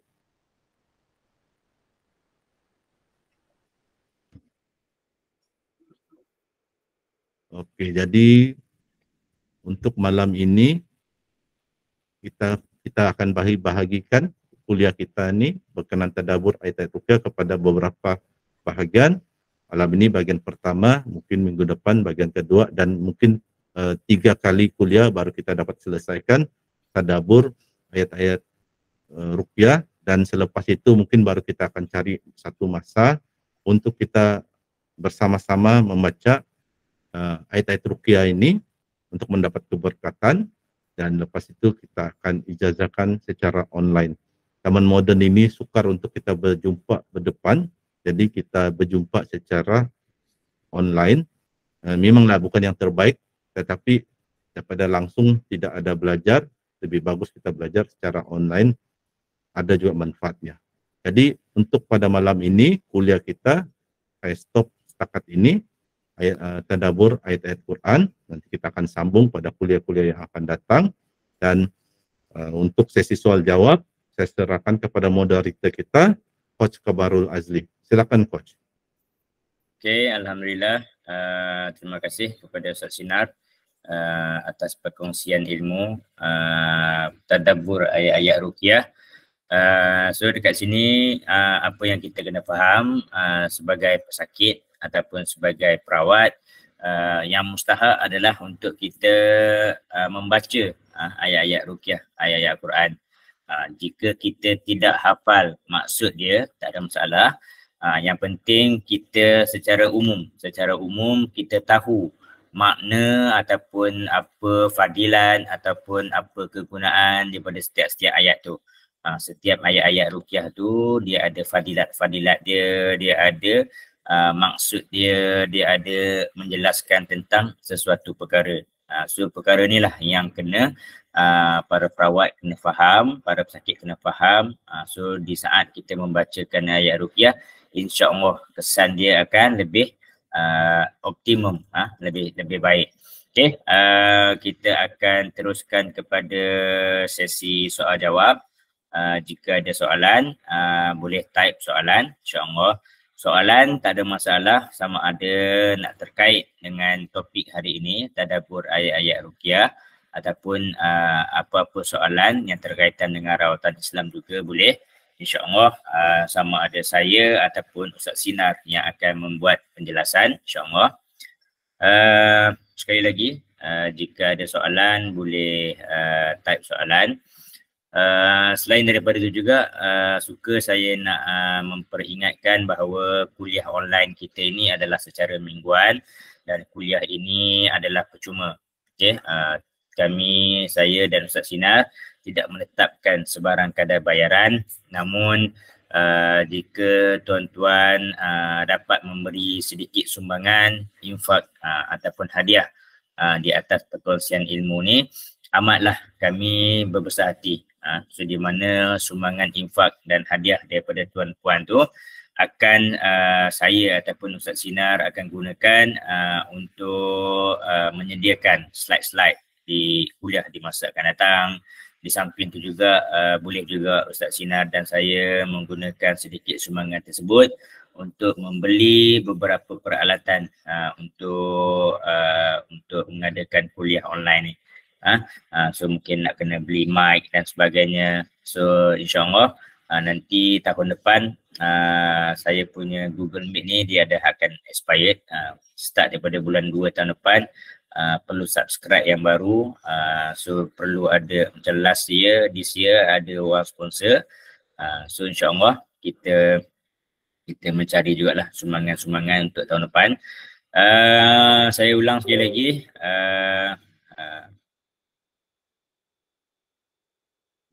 Jika kita sudah faham maksudnya, bolehkah kita merawat dalam bahasa Melayu? Bahasa Melayu dia tak jadi Al-Quran lah. Okay? Kita kena faham, bila kita membaca ayat Al-Quran tu mesti dalam bahasa Arab. Apa yang kita baca terjemahan itu hanyalah tafsir sahaja. Hanyalah sekadar untuk kita bertadabur, memahami ayat sahaja. Dalam merawat, kita nak menarik rahmat. Menarik rahmat Allah tu adalah dengan membaca ayat-ayat Al-Quran. So ayat Al-Quran perlu dibaca dalam bahasa Arab lah. Okay? Bukan bahasa Melayu. Okay?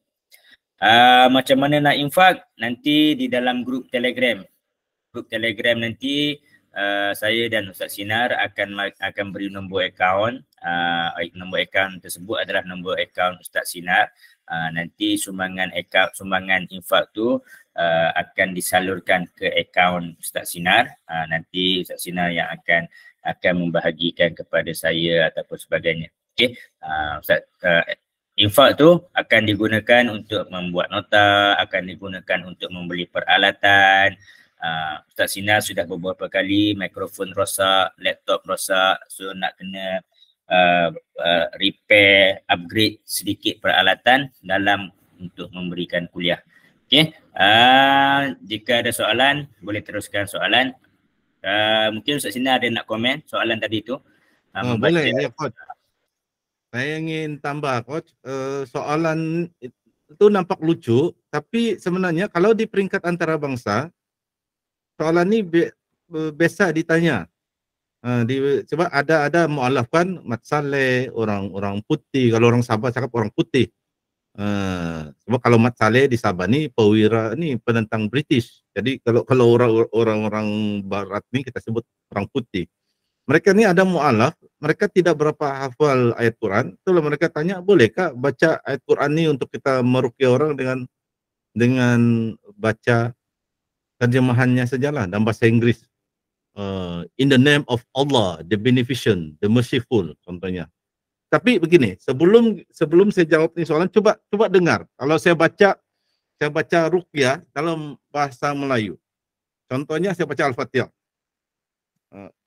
Dengan menyebut nama Allah yang Maha Pemurah lagi Maha Penyayang, segala puji bagi Allah Tuhan semesta alam, Maha Pemurah lagi Maha Penyayang, yang menguasai hari pembalasan. Hanya kepada Engkaulah kami menyembah dan hanya kepada Engkaulah kami memohon pertolongan. Agak ganjil kan? Janggal. Janggal. Jadi kalau nak cubalah, tapi agak janggal. Dan jangan heran lah kalau jin yang merasuk pesakit itu dia ketawa. Sebab ada yang Coach Kamarul bagi tahu kan, ayat Quran ni dia hanya dikatakan ayat Quran, ada mukjizat, mengundangi rahmat, mengenai kekuatan, adalah ayat Al-Quran dalam bahasanya yang asal. Bahasanya yang diturunnya, dibawa oleh Jibril kepada Nabi Muhammad.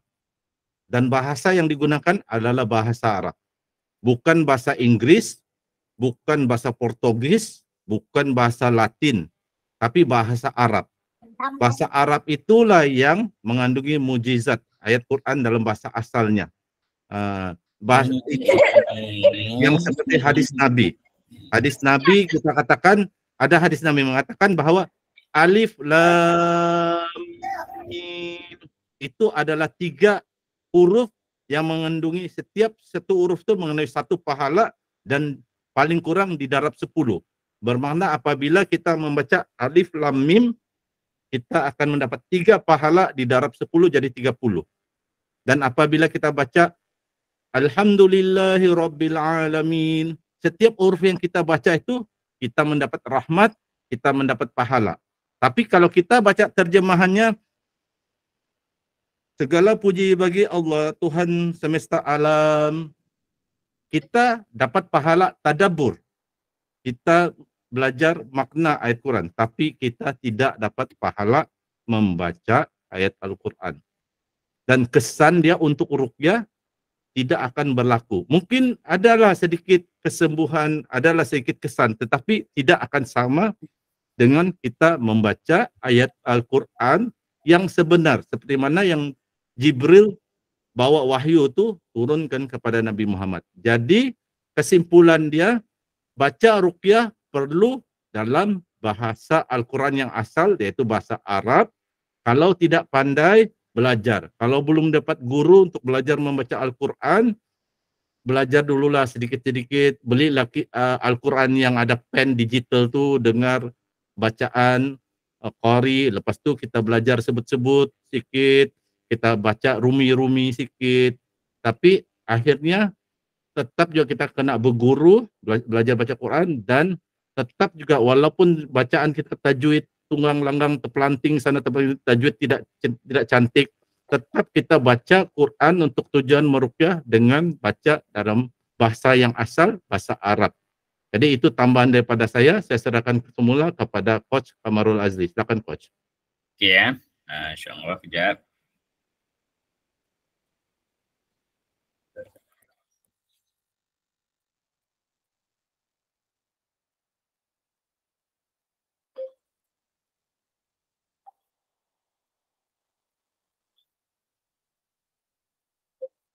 Okey, soalan, jika perawat syar'i merawat pesakit bukan beragama Islam, contohnya India atau China, adakah dapat memberi rahmat kepada pesakit? Jika boleh, bagaimana pula tentang ruqyah mandiri untuk diri pesakit tersebut? Okey, alhamdulillah, saya sendiri personally ada banyak menerima pesakit yang non-Muslim. Pesakit daripada Chinese pun ada, pesakit daripada India ada, pesakit daripada kaum Iban, Kadazan, Peribumi juga ada, pesakit daripada peribumi orang asli juga ada. Tak ada masalah. Okay? Kita kena faham bahawa Al-Quran itu merupakan rahmat untuk seluruh alam. Maksudnya tak kira lah dia Islam ataupun non-Islam, insyaAllah akan ada rahmat juga untuk mereka. Dan kita kena ingat, jadi kita kena faham juga medium bacaan ayat ruqyah tadi juga merupakan satu dakwah kepada mereka, yang menunjukkan bahawa Al-Quran ini memang sebagai mukjizat dan juga penyembuh. Memang boleh, tak ada masalah. Dan alhamdulillah kalau baca kepada non-Muslim pun kesan ataupun reaksinya sama juga. Jika ada gangguan jin, akan ada reaksi batuk-batuk, muntah dan kerasukan. Okey, soalan pertama jelas kita boleh baca kepada non-Muslim tentang amalan ruqyah mandiri. Cuma kalau untuk non-Muslim ni sedikit terhad lah. Kebiasaannya kalau non-Muslim ni saya akan bekalkan air jampi untuk mereka minum, untuk mereka mandi ataupun sapu atau lap badan mereka. Itu saja. Mereka tak adalah nak amal untuk diri sendiri baca ayat kursi sebab mereka memang tak boleh baca pun. So mereka boleh minum air jampi, mereka boleh mandi air jampi, ataupun paling kurang mereka juga boleh dengar ulangan MP3 ruqyah, insyaAllah. Kalau yang mana yang mungkin mereka nak buat rawatan susulan jauh ke apa ke, mereka juga boleh mendengar terapi MP3 ayat-ayat ruqyah sebagai untuk tambahan untuk diri mereka di rumah. So tak ada masalah pun. Cuma mungkin mereka tak beramal lah, tak beramal seperti zikir harian dan sebagainya. So apa yang mereka boleh buat, minum air jampi, mandi air ruqyah dan juga mendengar terapi MP3 ruqyah, insyaAllah boleh. Ustaz Sinar ada nak tambah? Terima kasih Coach. Saya setuju dengan apa yang Coach beritahu. Saya hanya ingin menambah huraian sedikit daripada yang jawapan Coach. Untuk orang yang tanya tentang soalan ini, soalan ini bagus sebenarnya, walaupun agak lucu. Dan tadi tu saya minta maaf lah, saya buat demonstrasi tadi, soalan tu saya hormati. Bukan saya pandang remeh, tetapi saya ingin bagi sampaikan bagaimana kalau kita baca ruqyah bukan bahasa Arab agak janggal. Jadi untuk soalan ini pun penting, memang bagus, cuma ini menunjukkan orang berminat. Ada banyak persoalan dalam ruqyah, orang berminat ingin tahu. Jadi begini, untuk non-muslim, pertama memang ulama telah mengatakan kita boleh baca Quran untuk ruqyah non-muslim. Dalam kitab Syekh Abu Al-Bara memang ada mengatakan kita boleh baca. Orang muslim, non-muslim boleh dengar bacaan Quran. Jadi kita boleh bacakan Quran di hadapan mereka dan niatkan untuk merawat mereka. Tetapi untuk susulan mereka, ruqyah mandiri tidak ada untuk mereka. Mereka mandiri hanya untuk pesakit muslim sebab perlu baca Quran. Mereka tidak pandai baca Quran dan mereka tidak mengucap kalimah syahadah. Mereka bukan Islam dan mereka tidak pandai baca Quran. Jadi yang ruqyah mandiri yang melakukan sendiri baca zikir, baca doa pun memang mereka tidak dapat lakukan. Yang hanya boleh seperti yang Coach Kamarul bagi tahu, yaitu kita sediakan air, kalau yang Coach sebut air jampi ataupun air ruqyah yang kita baca doa ayat-ayat Quran, Al-Fatihah, ayat kursi, kita beri kepada mereka untuk mereka minum dan juga mereka dengar tu CD kalau mereka. Cuma kalau dengar MP3, hati-hati, kita kena bimbing mereka. Mereka mungkin boleh kena kesan. Kalau mereka ni diganggu oleh jin saka, katakan pesakit Cina kah, mereka diganggu oleh jin saka naga kah, jin saka harimau. Apabila mereka mendengar itu, mereka bukan akan merasa tenang. Mereka akan rasa dalam hati memberontak sebab jin itu rasa kesakitan yang dalam tubuh. Jadi kita kena ajar mereka apa kesan yang akan boleh berlaku, apa yang mereka rasakan. Jadi kalau mereka tidak bersedia lebih untuk dapat reaksi-reaksi begitu, sebab mereka tidak boleh baca doa auzubikallimatillahi tammati min syarri ma khalaq. Kalau tiba-tiba mereka ada rasa sesuatu keganjilan memberontak dalam diri sebab jin itu kesakitan. Jadi lebih baik mungkin mereka di ruqyah, buat sesi ruqyah minggu ni, minggu depan jumpa lagi perawat dan juga minum air ruqyah. Itu lebih sesuai kalau untuk non-muslim. Nanti lepas saya akan serahkan kepada Coach. Ada soalan bagus daripada mu'alaf ni, lepas ni nanti kita akan jawab. Jadi untuk jawab soalan tu, setakat itu saja. Saya serahkan semula kepada Coach Kamarul Azli untuk soalan-soalan seterusnya. Silakan Coach. Assalamualaikum. Waalaikumsalam. Saya mu'alaf. Saya tahu ayat Al-Fatihah dan Al-Ikhlas saja. Boleh merawat juga. Alhamdulillah, soalan yang baik. Okay. Al-Fatihah dan Al-Ikhlas juga boleh digunakan untuk merawat. Tak ada masalah, boleh. Malah dalam salah satu kaedah untuk kita buat air jampi ataupun merawat diri, hanya dengan membacakan surah Al-Fatihah sebanyak 40 kali. Kalau kita ada masalah gangguan sihir pun boleh kita amalkan baca Al-Fatihah 40 kali, bacakan pada air, dibuat untuk minum. Itu juga boleh. Ataupun kalau tak silap saya, Ustaz Syarhan juga pernah mengajarkan membaca surah Al-Fatihah 40 kali untuk orang lain. Okay? Kalau kita teringatkan orang lain, seseorang, ataupun macam tadi kes suami isteri yang isteri dia lari daripada rumah ataupun sebagainya, bacakan surah Al-Fatihah 40 kali dengan niat mensedekahkan pahala bacaan kepada si pesakit yang lari tadi supaya hati dia teringat kembali kepada keluarga dia. So dia sebenarnya tak ada masalah pun apa yang kita hafal. Sebab tu kata ruqyah ni mudah sahaja selagi mana kita tahu kaedah dia. So kalau kita tak boleh nak baca ayat-ayat Al-Quran yang panjang, yang lain-lain, kita baca sahaja setakat yang kita mampu, cuma mungkin kita perlu ulang-ulang banyak kali. So baca Al-Fatihah 40 kali, so Ikhlas tadi juga boleh kita baca 40 kali ataupun 100 kali. So mungkin kita kena gandakan lebih sikit lah dari segi bilangan dia. So tak ada masalah, Al-Fatihah dan Ikhlas juga boleh dibacakan kepada air, kemudian air itu boleh dibuat minum, dibuat mandi. So tak ada masalah dalam permasalahan tersebut. Okay, saya serah kepada Ustaz Sinar untuk nak tambah. Terima kasih Coach. Oke, tambahan jawaban daripada saya. Saya ada keluarga non-muslim. Nenek perempuan saya adalah orang dusun Ranau, mu'alaf. Dia masuk Islam. Jadi saya paham tentang suasana mu'alaf, terutama di Sabah. Saya orang Sabah.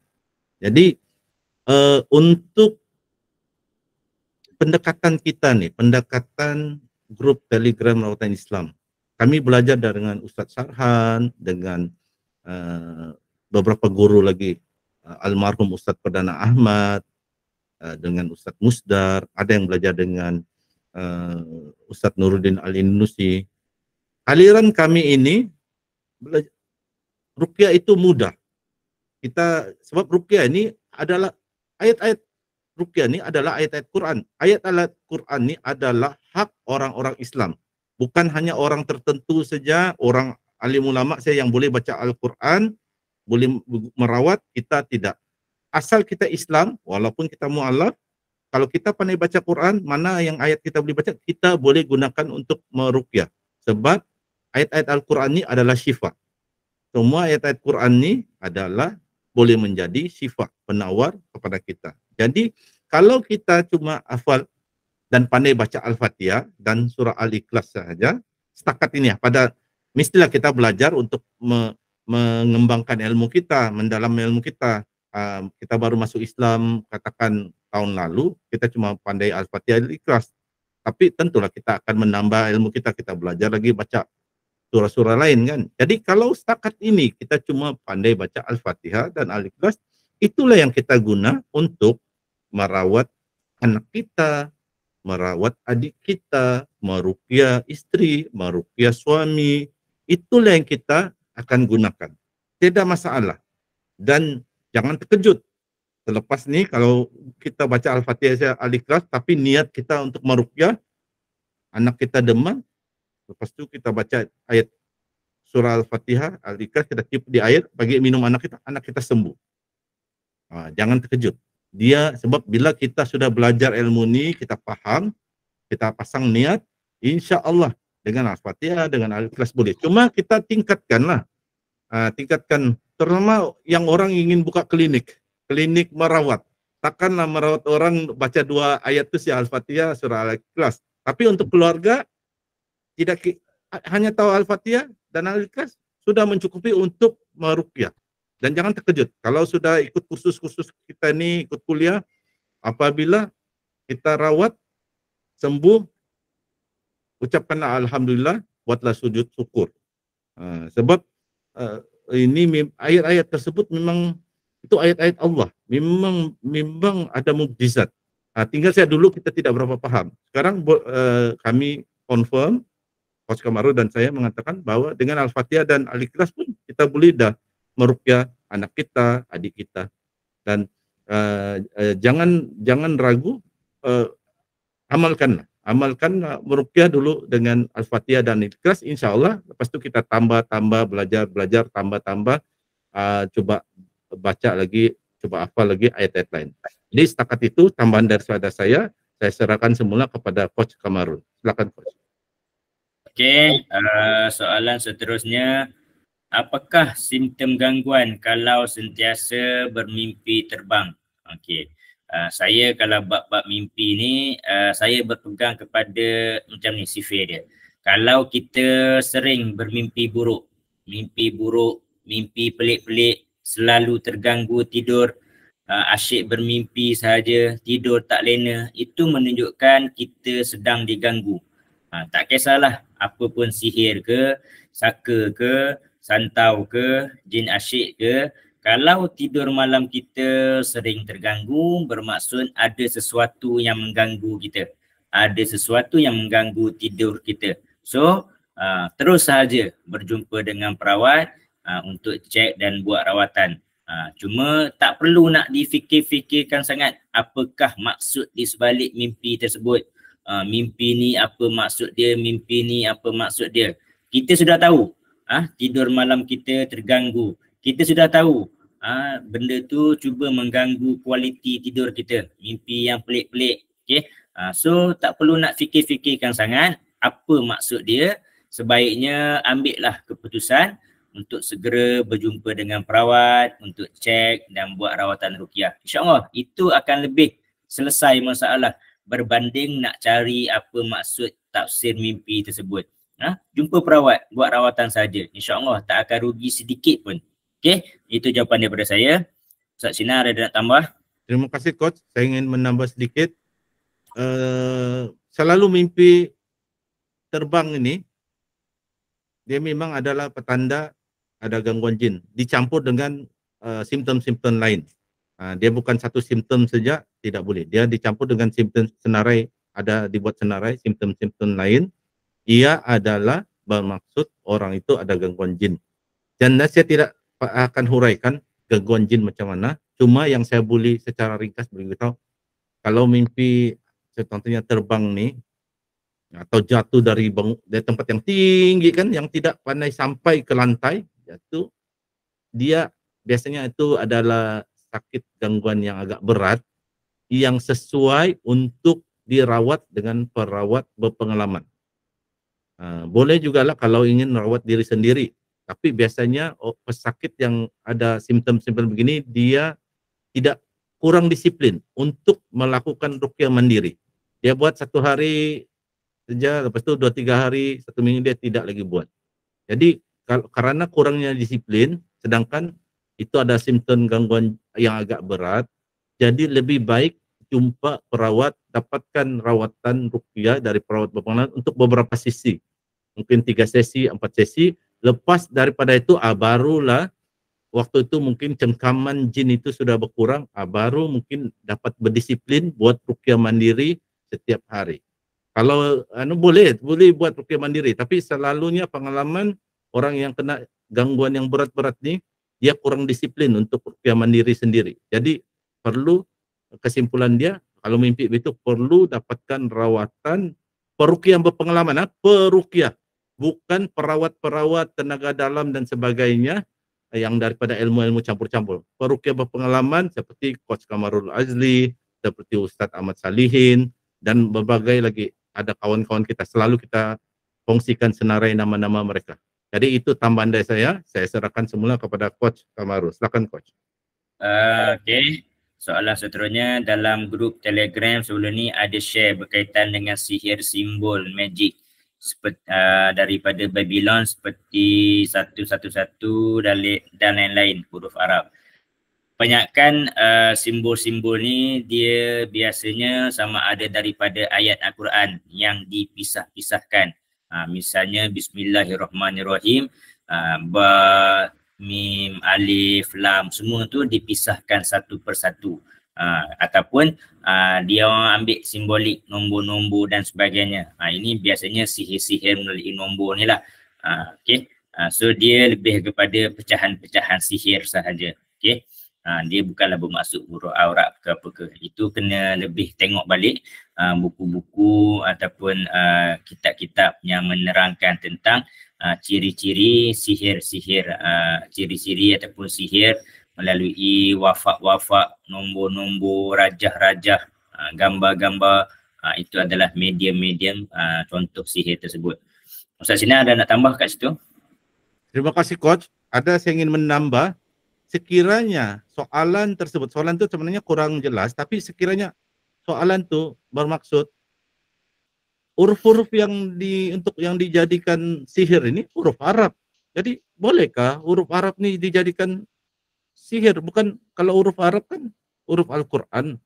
Kalaulah itulah maksudnya persoalan, jadi kejanggalan, keganjilan huruf Arab. Sekarang saya ingin terangkan, huruf Arab tidak semestinya huruf Arab ini mesti Al-Quran. Dan jangan kita sangka ayat Al-Quran tidak boleh dijadikan media sihir. Ayat Al-Quran kalau dipotong-potong tanpa baris, dia boleh menjadi media sihir. Malah ayat Al-Quran yang lengkap, contohnya ayat kursi, boleh dijadikan azimat dan boleh dijadikan media sihir yang dipanggil talasim atau dalam bahasa Inggris talisman. Bagaimana? Saya bagi contoh.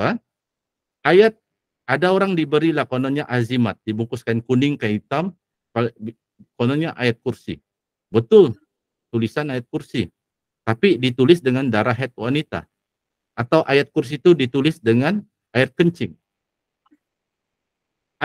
Dia telah menjadi azimat atau menjadi buhul sihir. Kenapa? Ayat kursi itu telah dihina oleh tukang sihir yang bersekongkol dengan jin. Dia tulis ayat kursi dengan air kencing. Itu satu penghinaan kepada ayat Al-Quran. Itu penghinaan, dia cuba menghina Allah. Cuma Allah tidak akan turun darjatnya dengan tindakan itu. Tetapi orang itu telah melakukan, kalau tidak murtad pun syirik. Dan ada, jangan bilang tidak ada. Jangan kata tidak ada. Di negara-negara Arab, Mesir ada tulis ayat Quran, ayat kursi menggunakan air kencing, menggunakan darah haid wanita.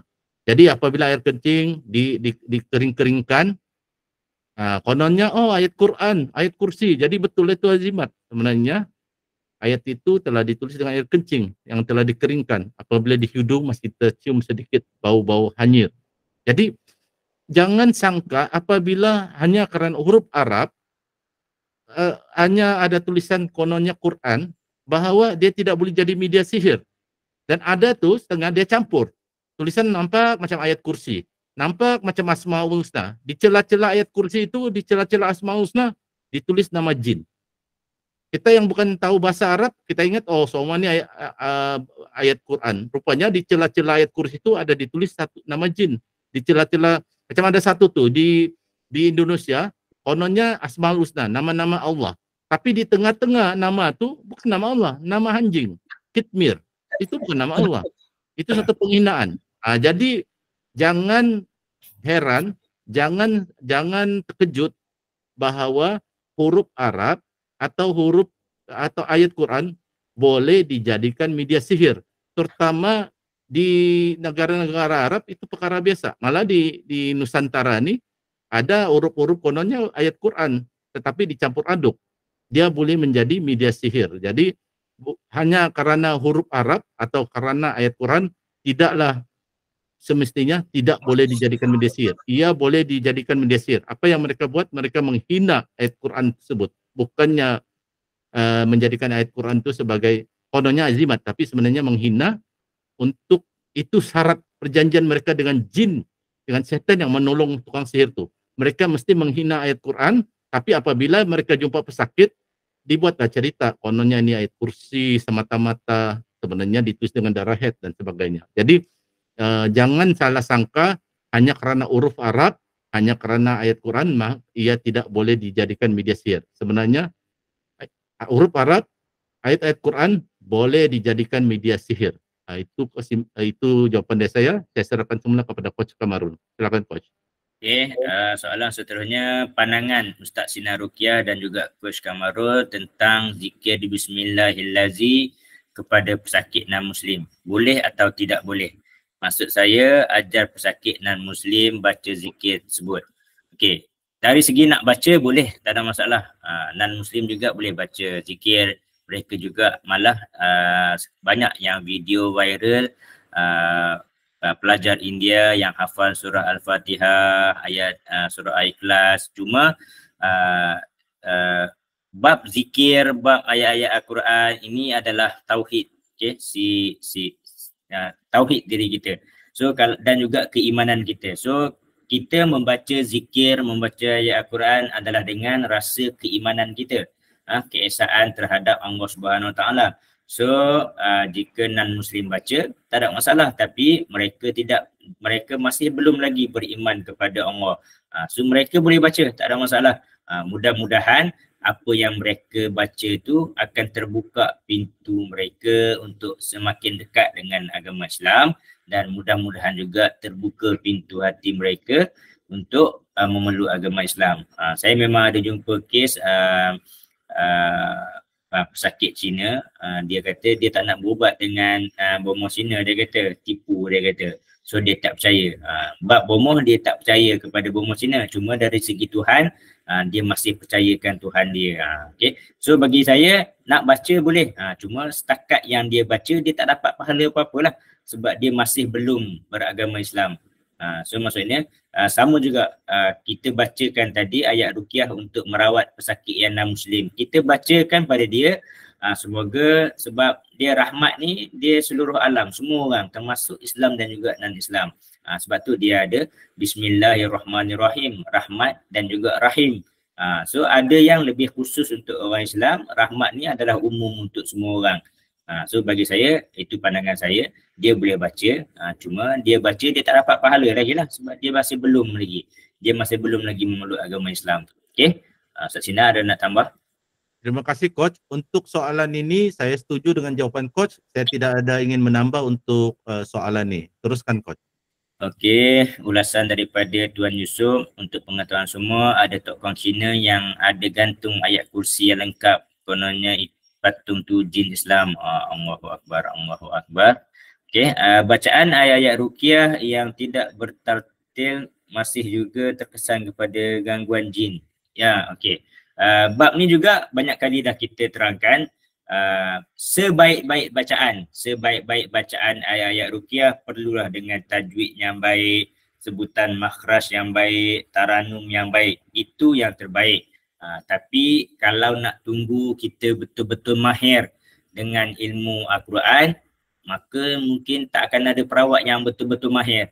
Sebab orang yang betul-betul mahir pula dengan tajwid, dengan taranum, dengan sebutan makhraj, mereka pula tak berminat dengan ilmu rawatan Islam. So orang yang macam saya ni, misalnya saya seorang engineer yang tiba-tiba berkecimpung dalam dunia rawatan Islam ni dah masuk 13 tahun. Saya bukan ahli Al-Quran. Saya bukan bidang saya mahir dalam bidang Al-Quran. Tapi tak dapat lari tidak, saya kena amanah. Ini adalah tanggungjawab saya. So setakat yang saya termampu, saya akan baca sehabis baik.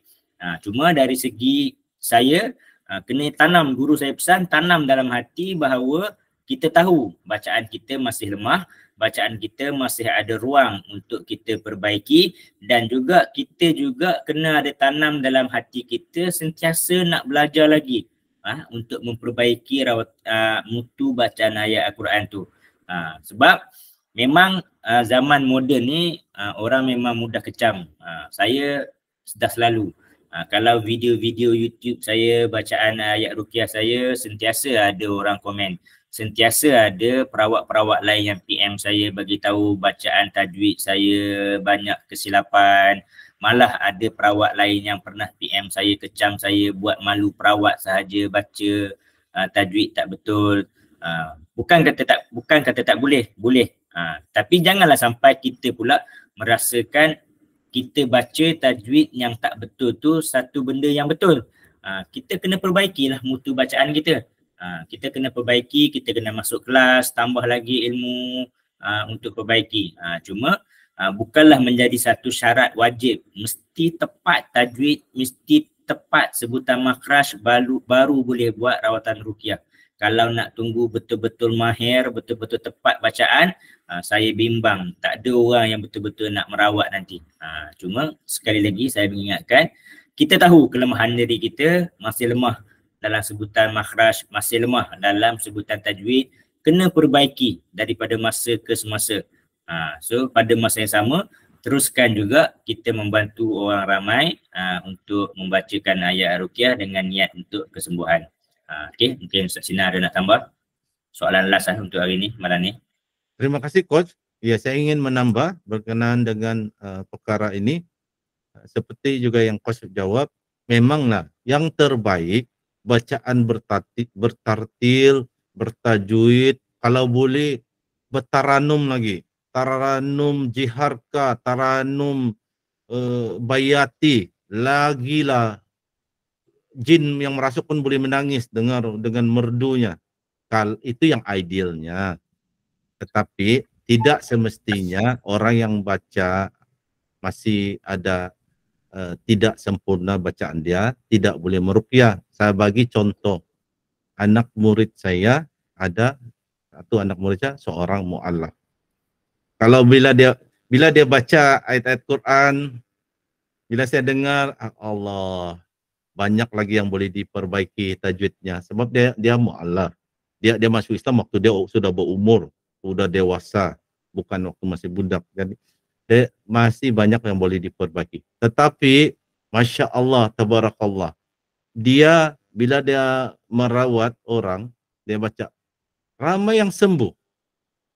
Bacaannya kalau dari segi tajwid masih banyak boleh diperbaiki sebab dia mualaf. Tapi dia rawat orang, dia baca ruqyah, ramai sembuh dari penyakit yang ringan, penyakit berat.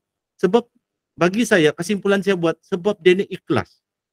Dia ikhlas merawat orang, dia ikhlas belajar dengan saya, dia ikhlas merawat orang, dia rasakan ilmu rawatan Islam ni, ruqyah ini yang terbaik, dan dia suka berdakwah.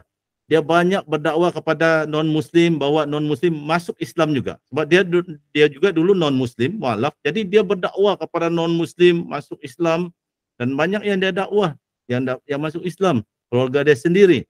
Jadi kerana keikhlasan hati dia tu, Allah bagi rahmat dalam bacaannya. Walaupun bacaan dia kalau kita dengar, Masya Allah, masih banyak lagi lah yang perlu diperbaiki. Jadi itu jawapan dari saya, pengalaman. Cuma apabila kita buka klinik, kita mengatakan kita peruqyah profesional, hati-hatilah, orang akan mendengar bacaan kita. Tapi kalau kita untuk merawat keluarga kita seorang mu'alaf, ataupun bukan mu'alaf lah, tapi memang tidak berapa lancar, masih lagi belajar membaca Quran, tidak ada salah meruqyah keluarga kita, anak kita, istri kita, walaupun bacaan tidak sempurna dari segi tajwid, dari segi makhraj huruf. Sebab pengalaman, contohnya saya sendiri, anak murid saya seorang mualaf, bacaan tajwidnya pun masih boleh diperbaiki, tapi Allah bagi rahmat dari bacaannya, ramai orang sembuh apabila dia baca, dia rawat, dia ruqyah. Jadi itu tambahan daripada saya serahkan semula kepada Coach Kamarul. Okey, alhamdulillah, alhamdulillah. Soalan tadi saya kira soalan terakhir untuk malam ni. Masa pun sudah masuk pukul 11.10. So insya-Allah kita akan berjumpa lagi di minggu hadapan, mungkin dengan tajuk yang berbeza, tengok macam mana. Sekali lagi saya mengingatkan bahawa kuliah mingguan kita ni sebenarnya adalah percuma, tiada ketetapan sebarang yuran. Namun kami sangatlah mengalu-alukan sumbangan hadiah, sumbangan infak, hadiah di atas pengisian ilmu ni. Mudah-mudahan dengan sedikit sumbangan daripada tuan puan akan bantu kami untuk upgrade barang-barang, peralatan untuk memberi kuliah, insya-Allah. Nanti di dalam grup Telegram pihak kami akan share nombor akaun. Okey. Saya serahkan kepada Ustaz Sinar sebagai kata-kata penutup sebelum saya tutup majlis. Terima kasih Coach. Alhamdulillah Rabbil Alamin. Bersyukur kita kepada Allah kerana Allah masih panjangkan usia kita, murahkan rezeki kita untuk bersama-sama malam ini belajar ilmu. Bukan saja kami yang menyampaikan ilmu ini, mengajar tuan-tuan dan puan-puan, para peserta yang dikasihi sekalian, tapi pun kami juga apabila menyampaikan ilmu ini, kami pun belajar. Sebab kami dapat mengulang kaji ilmu yang kami pelajari. Dan ilmu yang kami ajar ini bukan ilmu yang kami petik daripada udara, atau kami baru baca buku saya terus ajar, tapi kami memang berguru. Kami ada berguru dan kami mengkaji, lepas tu kami baca lagi kitab-kitab, dan bukan semata-mata kitab-kitab ruqyah baca begitu saja. Ada tu kitab-kitab ruqyah tu memang ditulis oleh guru kami. Contoh ini kitab antara rujukan saya, kitab ini ditulis oleh guru saya, Ustadz Musdar, dan saya minta dia tanda tangan lagi kitab ini. Dia tanda tangan kitab ini jadi rujukan. Jadi kami sampaikan ilmu-ilmu yang kami sampaikan ini berdasarkan ilmu. Kami bukan sampaikan begitu-begitu saja, belajar baca sikit sana sikit sini, dengar di YouTube terus kami sampaikan. Tidak, kami berguru. Kami berguru dengan ramai guru-guru. Ada yang guru saya telah meninggal dunia seperti Ustaz Perdana Ahmad. Semoga Allah mencuri rahmat atas beliau. Jadi Kami ucapkan terima kasih kepada semua dan malam ini alhamdulillah penyertaan 32 orang, termasuk moderator dan juga panel penceramah. Jadi ini antara yang pesan penyertaan yang agak tertinggi. Kami ucapkan terima kasih. Semoga kita istiqamah dapat kekalkan penyertaan yang ramai. Pertama kalau boleh minimum 20 orang lah. Baru kita akan bersemangat untuk sampaikan ilmu-ilmu ruqyah ini. Dan di dalam kita punya grup ni kita sampaikan berbagai dari berbagai sudut. Bukan hanya semata-mata ruqyah syariah, tapi kita ajar juga contohnya tenaga dalam, sejarah tenaga dalam. Sebab dia ada kaitan untuk kita mengenal pasti rawatan selaras Islam atau tidak. Jadi inilah kelebihan. Dan juga kita ada kuliah tentang akidah. Sebab akidah itu penting dalam ruqyah syariah. Jadi kesimpulannya kami mengucapkan berbanyak terima kasih dan juga kami memohon maaf sekiranya ada kasar bahasa, tersasul bahasa, mana tahu tadi macam saya baca saya buat demonstrasi baca Al-Fatihah dalam bahasa Melayu dilagukan, bukan tujuan saya menyindir atau memandang remeh penyoal, tetapi cuba membagi satu demonstrasi kenapa perkara itu bila kita dengar memang agak janggal. Baru saya huraikan. Jadi mohon maaf jika ada silap kata, menyinggung perasaan. Kami ini manusia biasa, tidak maksum, ada melakukan kesilapan, mohon maaf daripada kami. Jadi setakat itu saja. Terima kasih banyak-banyak. Saya serahkan semula kepada moderator kita, sahabat saya, Coach Kamarul Azli. Silakan Coach. Okey, alhamdulillah. Terima kasih kepada Ustaz Sinar. Ada dua terima kasih. Satu lagi juga sebab menggantikan slot saya bahagian kedua. Suara saya masih lagi serak-serak dan tak selesa. Mudah-mudahan saya kembali pulih.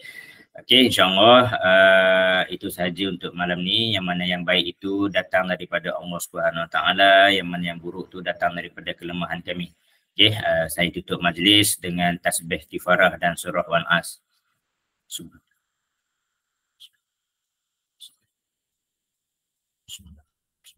Sehingga kita berjumpa lagi di minggu hadapan. Okey.